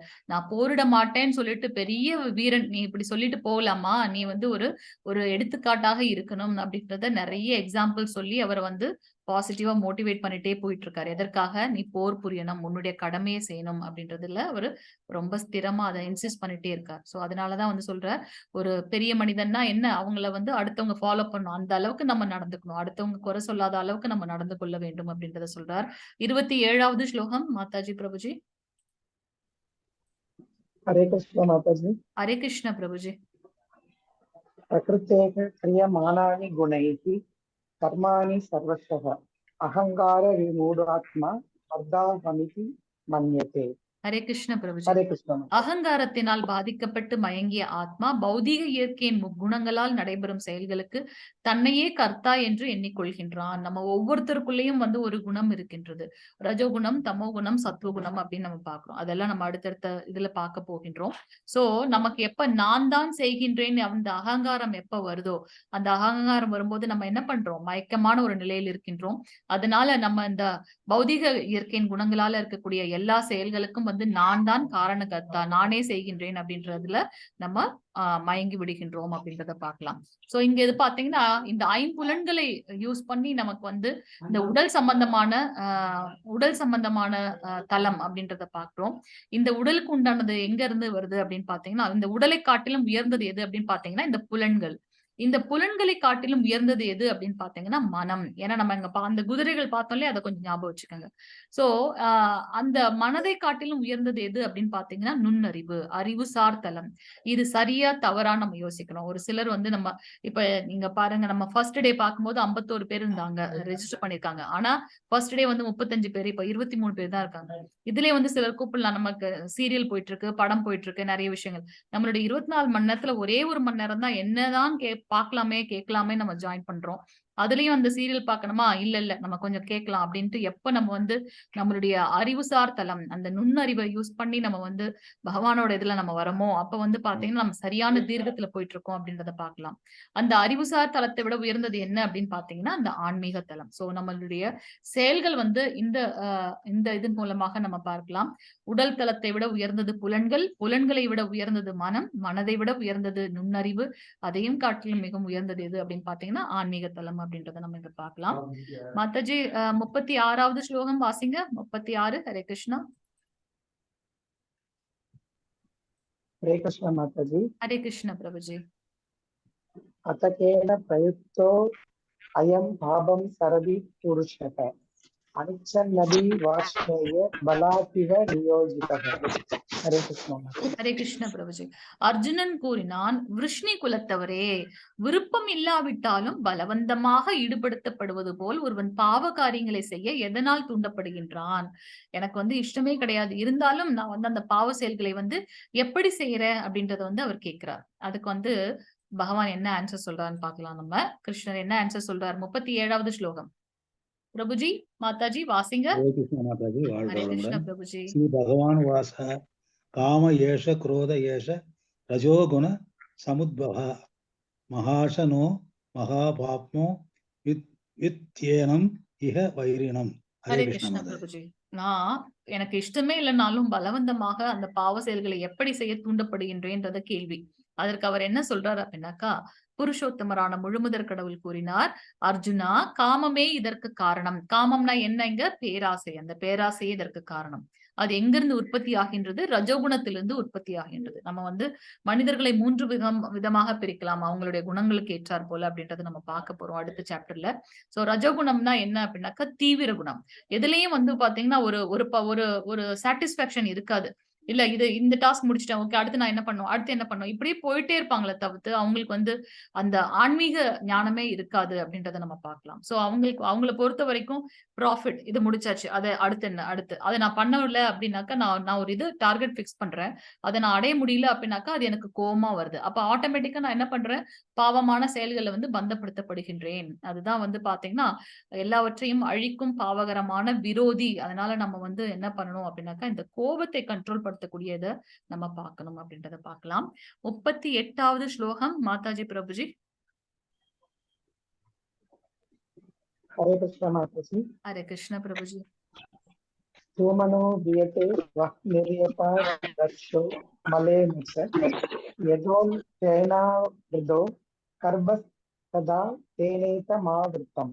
ஹரே கிருஷ்ண हरे பிரபுஜி. कृष्ण சோ माताजी। அர்ஜுனன் என்ன கேட்கிறார்? நான் பலவந்தமாக எனக்கு இஷ்டமே இல்லைனாலும் பலவந்தமாக ஒரு இதுல பந்தப்படுத்தப்படுவது என்ன அப்படின்னு கேட்கிறார். அதுக்கு கிருஷ்ணர் சொன்ன ஆன்சர் என்னன்னா காமம். காமம்னா என்ன? அந்த பேராசை, ரொம்ப அதீதமான பற்று. சோ அத வந்து இங்க கிருஷ்ணர் வந்து நமக்கு எக்ஸ்பிளைன் பண்றாரு. அந்த பேராசை வந்து எப்படின்னா அது 3 வகையாக இருக்கின்றது. முதல் வகைப்பட்டது என்ன அப்படின்னு பாத்தீங்கன்னா, எப்படி ஒரு நெருப்பு உள்ள இருக்கு, அதுக்கப்புறம் அது வெளியில வந்து பாத்தீங்கன்னா புகையா வரும். நெருப்பு இல்லாம புகையாதுன்னு நம்ம சொல்லுவோம் இல்லையா? சோ ஆனா எப்ப அந்த நெருப்பு கொஞ்சம் நல்லா பற்றி எரிய ஆரம்பிக்குதோ அங்க புகை வந்து இருக்காது. அது போல நம்ம எல்லாருக்குள்ளாரையும் இருக்கக்கூடிய அந்த ஆத்மாவை இந்த காமம் என்னப்படுகின்றது என்ன பண்ணுது? புகை போல சூழ்ந்திருக்கின்றது. புகை போல சூழ்ந்திருக்கின்றது. எப்ப அந்த ஆத்மா வந்து தன்னுணர்வை அடைகின்றதோ, பகவானை பற்றின ஞானம் இருக்கின்றதோ, அப்ப கொழுந்து விட்டு எரியும் பொழுது இந்த புகை, இந்த காமம் வந்து காணாமல் போய் விடுகின்றது அப்படின்றத பார்க்கலாம். சோ இது வந்து ஒரு தரப்பட்ட மக்கள். அடுத்தது என்ன அப்படின்னு பார்த்தீங்கன்னா, அடுத்த நிலை என்ன அப்படின்னு பார்த்தீங்கன்னா, ஒரு கண்ணாடி மேல ஒரு நல்ல அடர்ந்த ஒரு தூசு வந்து படிந்து இருக்கின்றது அப்படின்னாக்கா, அத நம்ம ஊதுனா கூட அது போகாது. அதனால அதுக்கு ஏத்த மாதிரி ஒரு நல்ல அது எவ்வளவு தூரம் இருக்கோ அதுக்கு ஏத்த மாதிரி ஒரு நல்ல ஒரு துணிய எடுத்து ஈரமா நல்லா நனைச்சிட்டு அதுக்கப்புறம் அத துடைக்கும்போது பார்த்தீங்கன்னா, அழுத்தி துடைக்கும்போது அது போயிடும். அதுபோல நமக்கு வந்து எடுத்த உடனே அந்த அந்த ஆனாலும் நம்ம கிட்ட வந்து அந்த ஞானம் இருக்கின்றது. ஆத்ம ஞானம் இருக்கின்றது. அப்போ நம்ம எப்போ நெறைய பிரயத்தனம் பண்றோம். அந்த சாதன பக்தின்னு சொல்றோம் இல்லையா? நம்மளுக்கு கொடுக்கப்பட்ட அந்த ஒழுக்க விதிகளை 4 ரெகுலேட்டிவ் பிரின்சிபிள்ஸ் சாண்டிங் பண்றது, அசோசியேஷன்ல இருக்கிறது, ஏபிசிடி அத ஃபாலோ பண்றது, இதெல்லாம் பண்ணும்போது பார்த்தீங்கன்னா, ஆட்டோமேட்டிக்கா நமக்கு உள்ளார இருக்கக்கூடிய அந்த ஆத்மாவை பற்றின ஞானம், பகவான பத்தி தெரிஞ்சுக்கணுன்ற ஆர்வம் அதிகப்படும் அப்படின்றத பார்க்கலாம். அது 2வது வரப்பட்ட இது. 3வது வகைப்பட்ட காமம் என்ன அப்படின்னு பார்த்தீங்கன்னா, எப்படி வந்து ஒரு சிசு, ஒரு குழந்தை வந்து வயிற்றுக்குள்ள இருக்கோ, அது வந்து வெளியில என்ன நடக்குதுன்னு தெரியுமா? அந்த எக்ஸ்ட்ரா யூட்ரைன் லைஃப் பத்தி அதுக்கு தெரியாது. இன்ட்ரா யூட்ரைன் உள்ளார இருக்கு. கர்ப்பத்துக்குள்ள கர்ப்பப்பை, அதுக்குள்ளார ஒரு பை இருக்கு. ஃபீட்டல் சாக்ன்னு சொல்லுவாங்க. அதுக்குள்ள 2 லேயர் இருக்கு. Amnion, chorion. அதுக்குள்ளார வந்து ஃப்ளூயிட் இருக்கு. அது உள்ள இருக்கு குழந்தை. அந்த குழந்தைக்கு வந்து வெளியில என்ன நடக்குதுன்றது தெரியாது. இது வந்து பார்த்தீங்கன்னா, இந்த மரம், செடி, கொடிகள் இவங்களுக்கெல்லாம் வந்து பார்த்தீங்கன்னா, பகவான பத்தின ஞானம் இருக்காது. எது நம்மளையும் விலங்குகளையும் வந்து வகைப்படுத்துகின்றது அப்படின்னு பார்த்தீங்கன்னா, விலங்குகளும் வந்து ஈட்டிங், மெய்ட்டிங், டிஃபெண்டிங் அது எல்லாமே பண்ணுது. நம்மளும் அத பண்றோம். ஆனா நமக்கும் அவங்களுக்கும் இருக்க என்ன டிஃபரன்ஸ் அப்படின்னா, நமக்கு அந்த பகுத்தறிவு இருக்கு. பகவான பத்தி தெரிந்து கொள்ள வேண்டும்ன்ற அந்த ஞானம் இருக்கின்றது. அப்ப நம்ம அத தெரிந்து கொண்டு நம்மளுடைய கர்மங்களை வந்து பகவானுக்காக செய்யும்போது, நம்ம இந்த மாதிரி கீழ்நிலையான இதுல நம்ம போக மாட்டோம் அப்படின்றத பார்க்கலாம். சோ அர்ஜுனன் கேட்ட கேள்வி, எது என்னை நான் செய்யக்கூடாதுன்னு நினைச்சாலும் என்னை பந்தப்படுத்துன்னு கேட்டதுக்கு பகவான் கிருஷ்ணர் சொன்ன ஆன்சர் நம்மளுடைய காமம். அந்த காமம் என்ன? 3 வகைப்படுகின்றது. அந்த நெருப்பை சூழ்ந்து கொண்டிருக்கின்ற புகை, எப்ப அந்த நெருப்பு ரொம்ப அதிகமா ஜாலையோட எரியுதோ அப்ப அந்த புகை காணாம போயிடும். அந்த காமம் எனப்படுவது காணாம போயிடும். எப்ப? எனக்கு உள்ளார இருக்கக்கூடிய ஆத்ம ஞானத்தை அடையும் போது. இன்னொன்னு வந்து பாத்தீங்கன்னா, கண்ணாடி மேல படிந்திருக்கின்ற அந்த தூசு. அது இன்னும் கொஞ்சம் கூட எஃபோர்ட் எடுத்தோம்னா அதையும் கிளீன் பண்ணிடலாம். அடுத்தது வந்து பாத்தீங்கன்னா, இது ரொம்ப கஷ்டம். இந்த 3வது நிலையில எப்படி அந்த சிசு வந்து கர்ப்பப்பைக்குள்ள இருக்கு. அதுக்கு வந்து என்ன இது பண்ணாலும் புரிந்து கொள்ள முடியாது. சோ மரங்கள், செடிகள், தாவரங்கள் அதெல்லாம் வந்து பாத்தீங்கன்னா, அந்த நிலையில இருக்கக்கூடிய உயிர்வாழிகள் அப்படின்றத நம்ம பார்க்கலாம். 42வது ஸ்லோகம் மாதாஜி பிரபுஜி வாசிங்க. हरे कृष्ण माताजी। इंद्रियाणि परम मनः मनस्तु यो बुद्धिः வரதத்து ச. ஹரே கிருஷ்ண மாதாஜி. மாதாஜி. இதுதான் நம்ம பார்த்தோம் இல்லையா? செயலாற்றக்கூடிய புலன்கள் ஜடப்பொருளை விட உயர்ந்தது, மனம் புலன்களை விட உயர்ந்தது, புத்தி மனதை விடவும் உயர்ந்தது, மேலும் அவனோ யாரது? ஆத்மா புத்தியை விடவும் உயர்ந்தவன். இது எல்லாத்தையும் வந்து பரமாத்மா உள்ள இருந்து அமைதியா பார்த்து கொண்டிருக்கின்றார். அதனால கரெக்டா ஃபைனல் இது எங்க வரும் அப்படின்னு பாத்தீங்கன்னா, நம்மளுடைய பகவான் கிட்ட வந்து நம்மளுடைய ஞானம் நம்ம என்னதான் செயல்கள் செய்தாலும் நம்ம நினைச்சுக்கோ நம்ம தான் வந்து இதை பண்றோம்ட்டு. ஆனா சாங்ஷனிங் அத்தாரிட்டி எங்க இருக்கு அப்படின்னு பாத்தீங்கன்னா பரமாத்மா ஒவ்வொருத்தருக்குள்ளாரையும் இருக்கக்கூடிய பரமாத்மா கிட்ட இருந்து தான் நமக்கு வந்து அந்த இது கிடைக்கின்றது. சோ இந்த இதை நம்ம ஆல்ரெடி பார்த்தோம். சோ இது கடைசி ஸ்லோகம். ஓம் தத் சத் இதி ஸ்ரீமத் பகவத்கீதாசு உபனிஷத்சு பிரம்ம வித்யாயாம் யோக சாஸ்திரே கிருஷ்ணார்ஜுன சம்வாதே கர்மயோகோ நாம அத த்ரிதியோத்யாயः. ஹரே கிருஷ்ணா. சோ இன்னைக்கு நம்ம பார்த்தது வந்து பாத்தீங்கன்னா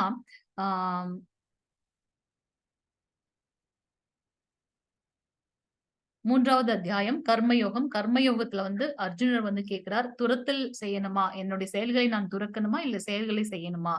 ரெண்டுத்தையும் ஒரே மாதிரி சொல்றதுனால நான் ரொம்ப கன்ஃபியூஸ்டா இருக்கேன். அதுக்கு அடுத்து கிருஷ்ணர் வந்து சொல்றார், 3 விதமான மக்கள் இருக்கின்றார்கள். பௌதிக பந்தத்தில் இருக்கக்கூடியவங்க, கர்ம காண்டத்துல இருக்கக்கூடியவங்க, கர்ம யோகத்துல இருக்கக்கூடியவங்க. ஞான யோகத்தை காட்டிலும் நிஷ்காம கர்மயோகம் வந்து சிறந்தது. ஞான யோகம் என்ன? நான் ஒரு ஆத்மா, பகவான் வந்து கிட்ட இருந்து வந்த ஒரு துகள் அப்படின்ற அந்த ஞானம். அதை காட்டிலும் சிறந்தது எந்த அப்படின்னு பாத்தீங்கன்னா கர்மயோகம். என்னுடைய செயல்களை பகவானுக்காக நான் செய்யும் போது அது கர்மயோகம், அதாவது நிஷ்காம யோகமாக மாறுகின்றது. அது வந்து ஞான யோகத்தை காட்டிலும் சிறந்தது. ஏன்னா நான் ஆத்மா அப்படின்றது தெரிந்து கொண்டால் மட்டும் போதாது, அதை நான் பிராக்டிக்கல் லைஃப்ல வந்து இம்ப்ளிமெண்ட் பண்ணணும் இல்லையா? அப்படி நான் இம்ப்ளிமெண்ட் பண்ணும்போது அது என்ன மாறுது? என்னுடைய நிஷ்காம கர்மயோகமாக மாறுகின்றது. எல்லோருக்கும் வந்து நம்ம வந்து ஒரு எடுத்துக்காட்டாக வாழணும். அப்போ திருப்பி அர்ஜுனன் கேட்கிறார், நான் செய்யக்கூடாதுன்னு நினைச்சாலும் எப்படி நான் பலவந்தப்படுத்தப்படுகின்றேன் ஒரு கர்மத்தில் அப்படின் போது அவரு 3 விதமான பேராசைகள், காமத்தை பத்தி பகவான் கிருஷ்ணன் சொல்றார். ஓகே, ஒரு சின்ன கதை பார்த்தலாம். நம்ம ஒரு நாளும் ஒரு கதை பார்க்கலாம் நம்ம சொல்லியிருந்தோம். சோ தமிழ் சாப்டர் 1, அந்த சாப்டர் 1ல வந்து பாத்தீங்கன்னா அர்ஜுன விஷாத யோகம் அப்படின்றத நம்ம பார்த்தோம் இல்லையா? சோ அதுக்கு உண்டான ஒரு கதை என்ன அப்படின்னா, நம்ம பண்டரிநாதர், விட்டலபுரம் இல்லையா? சோ பண்டரிநாதருடைய கதை தான் நம்ம பார்க்க போறோம். நமக்கு வந்து பாத்தீங்கன்னா மகாராஷ்டிரால சோலாப்பூர் அப்படின்ற ஒரு இடத்துல நம்மளுடைய பண்டரிபுரம் இருக்கின்றது.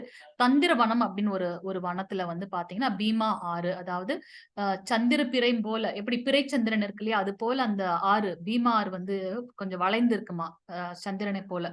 அதனால அதுக்கு பேர் வந்து பாத்தீங்கன்னா சந்திரபாகா அப்படின்ற ஒரு ஆறு.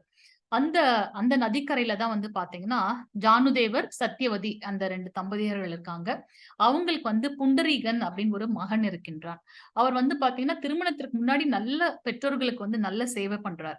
ஆனா திருமணம் ஆனதுக்கு அப்புறம் என்ன பண்றார்? மனைவியோட பேச்சை கேட்டுட்டு அவங்க பெற்றோர்களை வந்து சரியா கவனிக்கிறதே கிடையாது. அப்ப இதை பார்த்த உடனே அவங்களுக்கு ரொம்ப கஷ்டமாயிடுது, ஜானுதேவருக்கும் சத்தியவதிக்கும். சோ அவங்க என்ன நினைக்கிறாங்க, சரி நம்ம பேசாம காசி ராமேஸ்வரன் போயிடலாம், நம்ம காசிக்கு போய் நம்மளுடைய பகவானை சேவிச்சுட்டு அப்படியே நம்ம அங்கேயே உயிரை விட்டுறலாம் அப்படின்னு சொல்லிட்டு அவங்க காசிக்கு போறோம்னு கிளம்புறாங்க.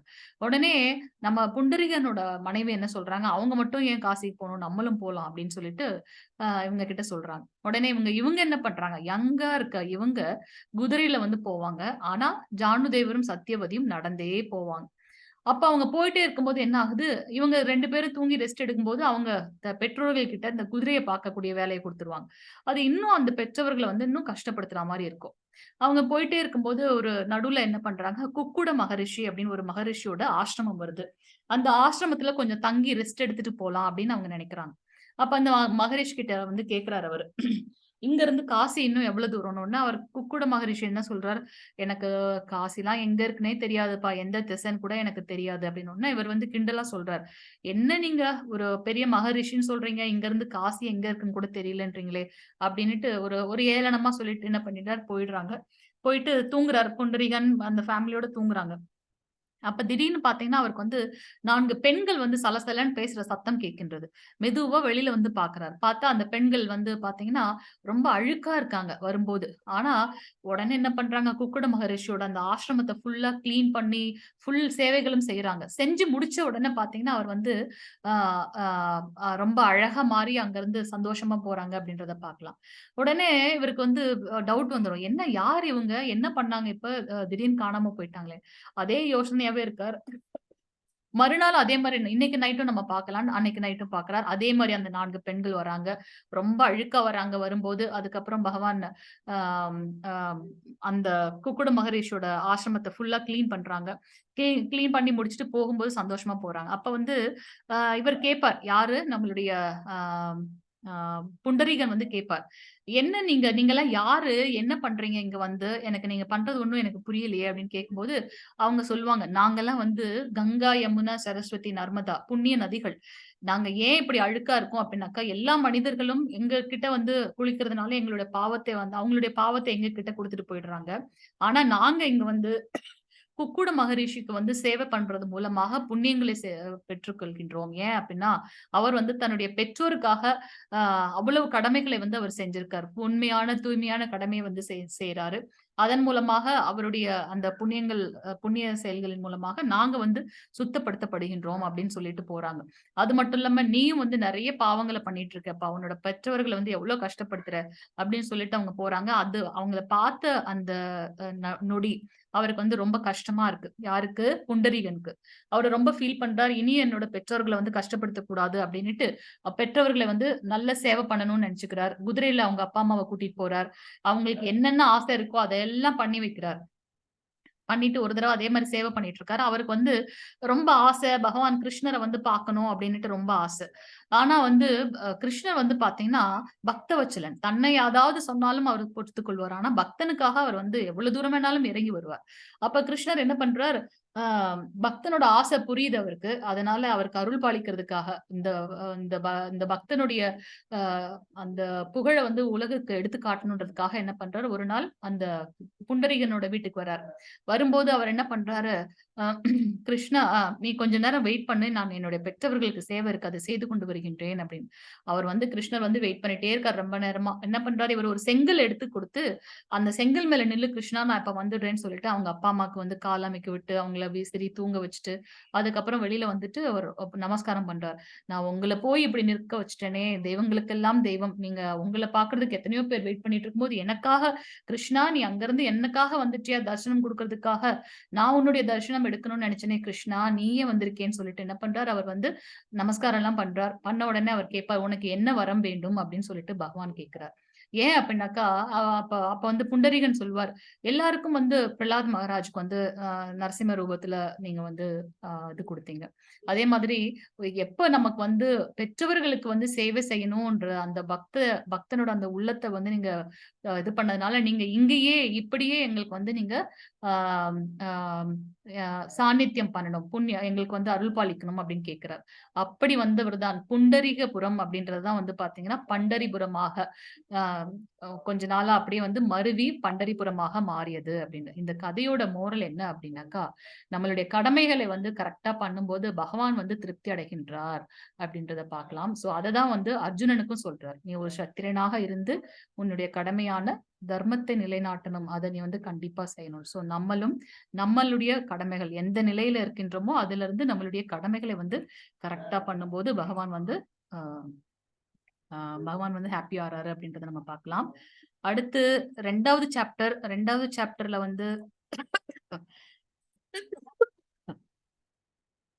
ஓகே. 2வது சாப்டர் வந்து பார்த்தீங்கன்னா, நம்ம சாங்கிய யோகத்த பத்தி பார்த்தோம் இல்லையா? சாங்கிய யோகம் என்ன? ஆத்ம ஞானத்தை பற்றி. சோ, அ நாமதேவரும் அவருடைய ஆத்ம ஞானமும் அப்படின்றத வந்து நம்ம இங்க பார்க்கலாம். சோ, நாமதேவர் வந்து பார்த்தீங்கன்னா, அ வி விட்டல் மேல அதாவது விட்டல்னா செங்கல். செங்கல் மேல பகவான் நின்னுட்டு இருந்தாராம்.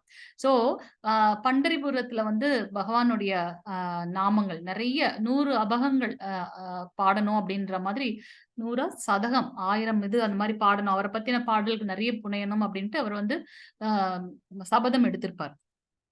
அப்ப நாமதேவர் என்ன பண்றாரு அப்படின்னாக்கா, ஒரு தடவை எப்ப பார்த்தாலும் விட்டல் விட்டல்னு அவரை பத்தின பாடல்களை எழுதுறது அதே மாதிரியே இருப்பார். அவருடைய மனைவி ஒரு தடவை பார்ப்பாங்க. இவங்க என்ன ஒண்ணுமே சாப்பிடாம இவருக்கு ரொம்ப கஷ்டமா இருக்கே அப்படின்னு சொல்லிட்டு. எல்லார்கிட்டயும் கேட்பாரு. அவருக்கு லிட்டரலா அவர் வந்து பார்த்தீங்கன்னா, அவர் மேல பித்து பிடித்தது போல இருப்பாரு நாமதேவர். பகவான் விட்டல் மேல. அப்ப அவரோட மனைவி என்ன பண்ணுவாங்க, அவங்களுக்காக சாப்பாடு கொண்டு வருவாங்க.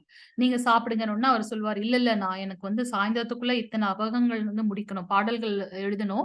நம்ம சொல்றோம் இல்லையா பாசுரம், அத முடிக்கணும். அதுக்கப்புறம் தான்." ஆனாலும் அவர் கேட்க மாட்டாரு. "இல்ல நீங்க நீங்க சாப்பிட்டே ஆகணும்னோன." "சரி நீ அங்க வச்சுட்டு போ, நான் சாப்பிடுறேன்னு." மனைவி ரொம்ப கம்பல் பண்ணுவாங்க. "இருந்தாலும் நீ வச்சுட்டு போ, நான் சாப்பிடுறேன்னு."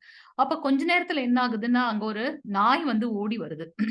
நாய் ஓடி வந்த உடனே என்ன ஆகுது, இவரு வேகமா போய் அந்த நாய் பின்னாடியே தொரத்திட்டு போறாரு. தொரத்திட்டு போறாரு. நாய் ஓடுது. இவரும் பின்னாடியே ஓடுறாரு. ஓடிப்போய் என்ன சொல்றாரு அதுகிட்ட, "ஆ நீ பாட்டுன்னு வெறும் சப்பாத்திய மட்டும் கொண்டு வந்துட்டல்ல, அதுல இந்த கொஞ்சம் நெய்யையும் தடவி சாப்பிடு." அப்படின்னு சொல்லிட்டு அந்த நாய்க்கு வந்து அந்த பிரசாதத்த வந்து குடுக்குறாரு அப்படின்றத பார்க்கலாம். இதுல இருந்து என்ன நமக்கு தெரியுதுன்னா, அவர் வந்து நம்ம அதுல பார்த்தோம். ஞானிகள் வந்து பார்த்தீங்கன்னா, நாயை தின்பவன் மிக உயர்ந்த பண்டிதன். எல்லாரையும் வந்து ஒரே மாதிரி பார்ப்பாங்க. ஏன் அப்படின்னா, எல்லாருமே வந்து ஆத்ம ரூபம். எல்லார்கிட்டயும் வந்து ஆத்மா, பரமாத்மா இருக்கார். அந்த இதுல தான் வந்து அவங்க வந்து பார்ப்பாங்க. அவங்களுடைய பார்வை இருக்கும். இங்கேயும் வந்து பார்த்தீங்கன்னா, நாமதேவர் அத வந்து நாயா பார்க்கல. அது ஒரு ஆத்மா. சோ அவங்களுக்குள்ளேயும் வந்து ஆத்மா, பரமாத்மா இருக்காங்க. அதனால அ அவர் என்ன பண்றாருனாக்கா, அந்த நாய் பின்னாடியே துரத்திட்டு போய் அந்த நெய்யையும் வச்சு நீ இந்த சாப்பிடு அப்படின்னு சொல்லி குடுப்பாரு அப்படின்றத நம்ம பார்க்கலாம். சோ நாமதேவரும், ஆத்ம ஞானமும். அது வந்து 2nd சாப்டரோட இது அப்படின்னு நம்ம பார்க்கலாம். இன்னைக்கு நம்ம பார்த்த அத்தியாயம் வந்து 3வது அத்தியாயம் என்ன? யாராவது சொல்லுங்க. 3வது அத்தியாயம். ஹரே கிருஷ்ணா. இருக்கீங்களா? ஹரே கிருஷ்ணா. கர்மயோகம். கர்மயோகம்.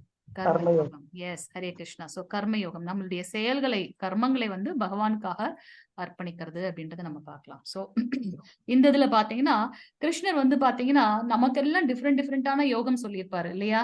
விஷாத யோகம், கர்ம யோகம், ஞான யோகம், அஷ்டாங்க யோகம், சாங்கிய யோகம் நெறைய சொல்லியிருப்பாரு. ஆனா அவர் பண்ற யோகம் என்ன அப்படின்னு பாத்தீங்கன்னா, ஸ்தே யோகம். என்ன அது ஸ்தே யோகம்? கிருஷ்ணா டவர் இது போயிட்டு இருக்கு. கிளாஸ் போயிட்டு இருக்கு. 5 minutes. சோ ஸ்தே யோகம்னா என்ன அப்படின்னு பாத்தீங்கன்னா, திருடுறது. சோ பகவான் என்ன பண்றாரு அப்படின்னாக்கா, நம்மளுடைய இதயங்கள், பக்தர்களுடைய இதயங்களை திருடுறது மட்டுமல்லாமல், நம்ம எத்தனை வருஷங்களாக நம்மளுடைய இதுல பார்த்தோம்னா 84 லட்சம் பிறவிகள் இருக்கு அப்படின்றத பார்க்கலாம். அத்தனை பிறவிகள்லயும் நம்ம செய்த பாவ புண்ணியங்கள்லாம் இருக்கு. அந்த பாவங்களை எல்லாம் பகவான் திருடுறாராம். அதனால அவர் பண்ற யாகத்துக்கு என்னன்னு பாத்தீங்கன்னா, ஸ்தே யோகம். சோ அவர் ஒரு நாளும் அவரோட ஃப்ரெண்ட்ஸ் கூட சேர்ந்து பிளான் பண்ணுவார். இன்னைக்கு எங்க போய் நம்ம லூட் பண்ணலாம், இன்னைக்கு எங்க போய் வெண்ணெய் எடுக்கலாம், அந்த மாதிரி பிளான் பண்ணுவார். அதே மாதிரி ஒரு தடவை பார்க்கும்போது அவர் ஃப்ரெண்ட்ஸ் கூட வந்து டிஸ்கஸ் பண்றாரு ஒரு நாள் நைட்டு.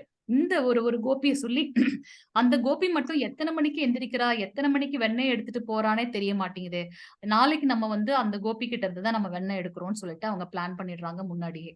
அப்ப என்ன ஆகுது, அவங்க அவங்க வந்து ஒரு கோபி வந்து விடிய காலையிலேயே அவங்க போயிடுவாங்க. விருந்தாவனத்துல இருக்கவங்க எல்லாரும் என்னன்னு பாத்தீங்கன்னா, எல்லாருமே வந்து பாத்தீங்கன்னா என்ன செயல் செய்தாலும் அதை பகவான் கிருஷ்ணனுக்காகவே பண்றோம்.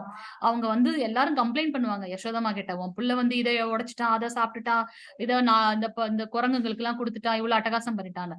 ஆனா ஒவ்வொரு தடவையும் அவங்க ஏன் அவர் அங்க போறாரு அப்படின்னாக்கா, அந்த நெய் பண்ணும்போதே அவங்க நினைப்பாங்களாம், இந்த இது வந்து அந்த வெண்ணெய் எடுக்கும் போதே இது வந்து கிருஷ்ணனுக்கு பிடிக்கும், ஃப்ரெஷ்ஷா இது வந்து நான் கிருஷ்ணனுக்காக பண்றேன் அப்படி ஒவ்வொருத்தரும் நினைப்பாங்களாம். அவங்க நினைக்கிறதுனால பகவான் கிருஷ்ணர் அவரோட ஃப்ரெண்ட்ஸோட அங்க போறாங்க அப்படின்றத பார்க்கலாம். சோ இங்க வந்து பாத்தீங்கன்னா இந்த கோபி என்ன பண்ணுவாங்கன்னா, அந்த நதியை தாண்டி அவங்க மதுரால போய் அவங்க வந்து அந்த வெண்ணெய் எல்லாம் வித்துட்டு வருவாங்க, அந்த பால் பொருட்கள் எல்லாம். அப்ப அவங்க விடிய காலையில கிளம்பி போறாங்க. அப்ப கிருஷ்ணர் என்ன பண்றாரு, அவரோட ஃப்ரெண்டோட பிளான் பண்ணிட்டாரு. ஓகே இன்னைக்கு நம்ம அவங்கள வந்து, அவ இங்க இருந்து அந்த இத கிராஸ் பண்ணி போகும்போது ஒரு குறுகிய இடம் இருக்குப்பா, அந்த இடத்துல நம்ம வந்து அவள மடக்கிடலாம் அப்படின்னு பாக்குறாங்க. ஒரு மரம் வளைந்து இருக்கிற மாதிரி இருக்கும். ரொம்ப குறுகிய ஒரு ஆள் மட்டும் தான் வந்து நிக்க முடியும். அந்த அளவுக்கு இருக்கும். அப்ப இவங்க போகும்போது விடிய காலையிலேயே அவங்க போறாங்க. போனா டக்குன்னு முன்னாடி கிருஷ்ணர் நிக்கிறார். பார்த்த உடனே அவங்களுக்கு வந்து, ஆஹா நான் இன்னைக்கு மாட்டிட்டேன் போல இருக்கேன் இவங்க கிட்ட அப்படின்னுட்டு. இருந்தாலும் அவங்க எதையும் வெளியில காட்டிக்கல. கிருஷ்ணா இன்னைக்கு வேற யாருமே கிடைக்கலையா கிருஷ்ணா உனக்கு அப்படின்னு கேக்குறாங்க. அப்ப வந்து அவங்க சொல்றார், சரி சரி சரி சரி குடு எனக்கு அப்படின்னு சொல்லி கேக்குறாரு. அப்ப சொல்றாரு, என்ன என்ன எனக்கு வெண்ணெய குடுமா நீ அப்படின்றார். அப்ப கிருஷ்ணர் சொல்ற உடனே அந்த கோபி சொல்றாங்க, கிருஷ்ணா ஓகே கிருஷ்ணா நான் உனக்கு வெண்ணெய் குடுக்குறேன். உடனே கிருஷ்ணர் யோசிப்பார், என்ன இவ டக்குன்னு குடுக்குறேன்னு சொல்லிட்டாலே அப்படின்னு. அடுத்து பாத்தீங்கன்னா அவர் சொல்லுவாங்க, நீ ரொம்ப அழகா டான்ஸ் ஆடுவேன்னு எனக்கு தெரியும், எனக்காக ஒரு டான்ஸ் மட்டும் பண்ணு, நான் உனக்கு வந்து வெண்ணெய் குடுக்குறேன் அப்படின்னு. உடனே அவர் சொல்லுவாரு, என்ன பண்ணுவாரு, ஒரு கால மேல தூக்கிட்டு இன்னொரு கைய முன்னாடி இப்படியா எப்படி நம்ம லட்டு கோபால் பார்க்குறோம் இல்லையா? அது போல ஒரு கால மேல தூக்கிட்டு ஒரு கைய முன்னாடி வச்சு, "தா" அப்படின்னு சொல்லி கேட்பாரு. அந்த வெண்ணெய இந்த கையில குடுத்தா நான் ஸ்டெப் போடுவேன்ற மாதிரி ஒரு ஒரு இதுல. அப்ப இவங்க சொல்லுவாங்க இவங்க என்ன பண்ணுவாங்க, "என்னப்பான்னோனே, வெண்ணெய குடு அப்பதானே ஸ்டெப் போட முடியும்." இன்னொன்னே சரின்ட்டு இவரு இவங்க என்ன பண்றாங்க, ஒரு வெண்ணெய எடுத்து அவங்க கையில குடுக்குறாங்க. குடுத்த உடனே அந்த வெண்ணெய வச்சுட்டு அப்படியே நிக்கிறாரு. இன்னொன்னே, "என்னப்பா உன்ன டான்ஸ் ஆட சொன்னா நீ அப்படியே ஸ்டில் மாரி நிக்கிறியேன்னோனே, "நீ குடுத்த வெண்ணெய்க்கு இத தவிர்த்து வேற எதுவுமே பண்ண முடியாது." அப்படின்னு சொல்லிட்டு கிருஷ்ணர் நிக்கிறார். உடனே அவங்க என்ன சொல்றாங்க, அந்த அந்த ரூபத்தை பார்த்து அந்த அந்த நொடியிலேயே அவங்க என்ன பண்றாங்க அப்படின்னாக்கா, அப்படியே கிருஷ்ணமயமாக மாறிவிடுகின்றார்கள். அவங்களுடைய எல்லா இதுலயுமே அவங்களுடைய தாட் ஃபுல்லாவே வந்து பார்த்தீங்கன்னா, கிருஷ்ணா அப்படி நிக்கிற அந்த ரூபம் மட்டுமே இருக்கு. அவருங்க என்ன பண்றாங்க, அந்த குறுகிய இடத்திலயும் அவங்க வந்து கிராஸ் பண்ணி போயிடுறாங்க.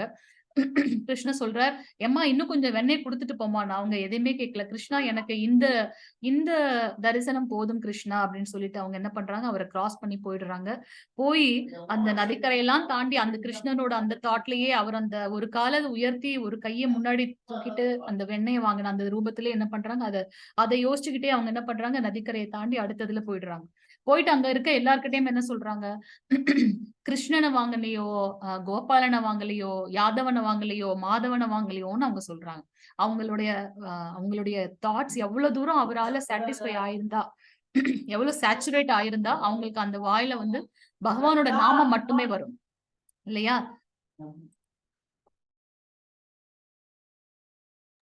அப்ப வந்து அங்க இருக்க ஒரு கோபி சொல்றா, "ஏய் என்னம்மா ஆச்சு உனக்கு? நீ என்ன வெண்ணெய் விக்க வந்தியா? நெய் விக்க வந்தியா? என்ன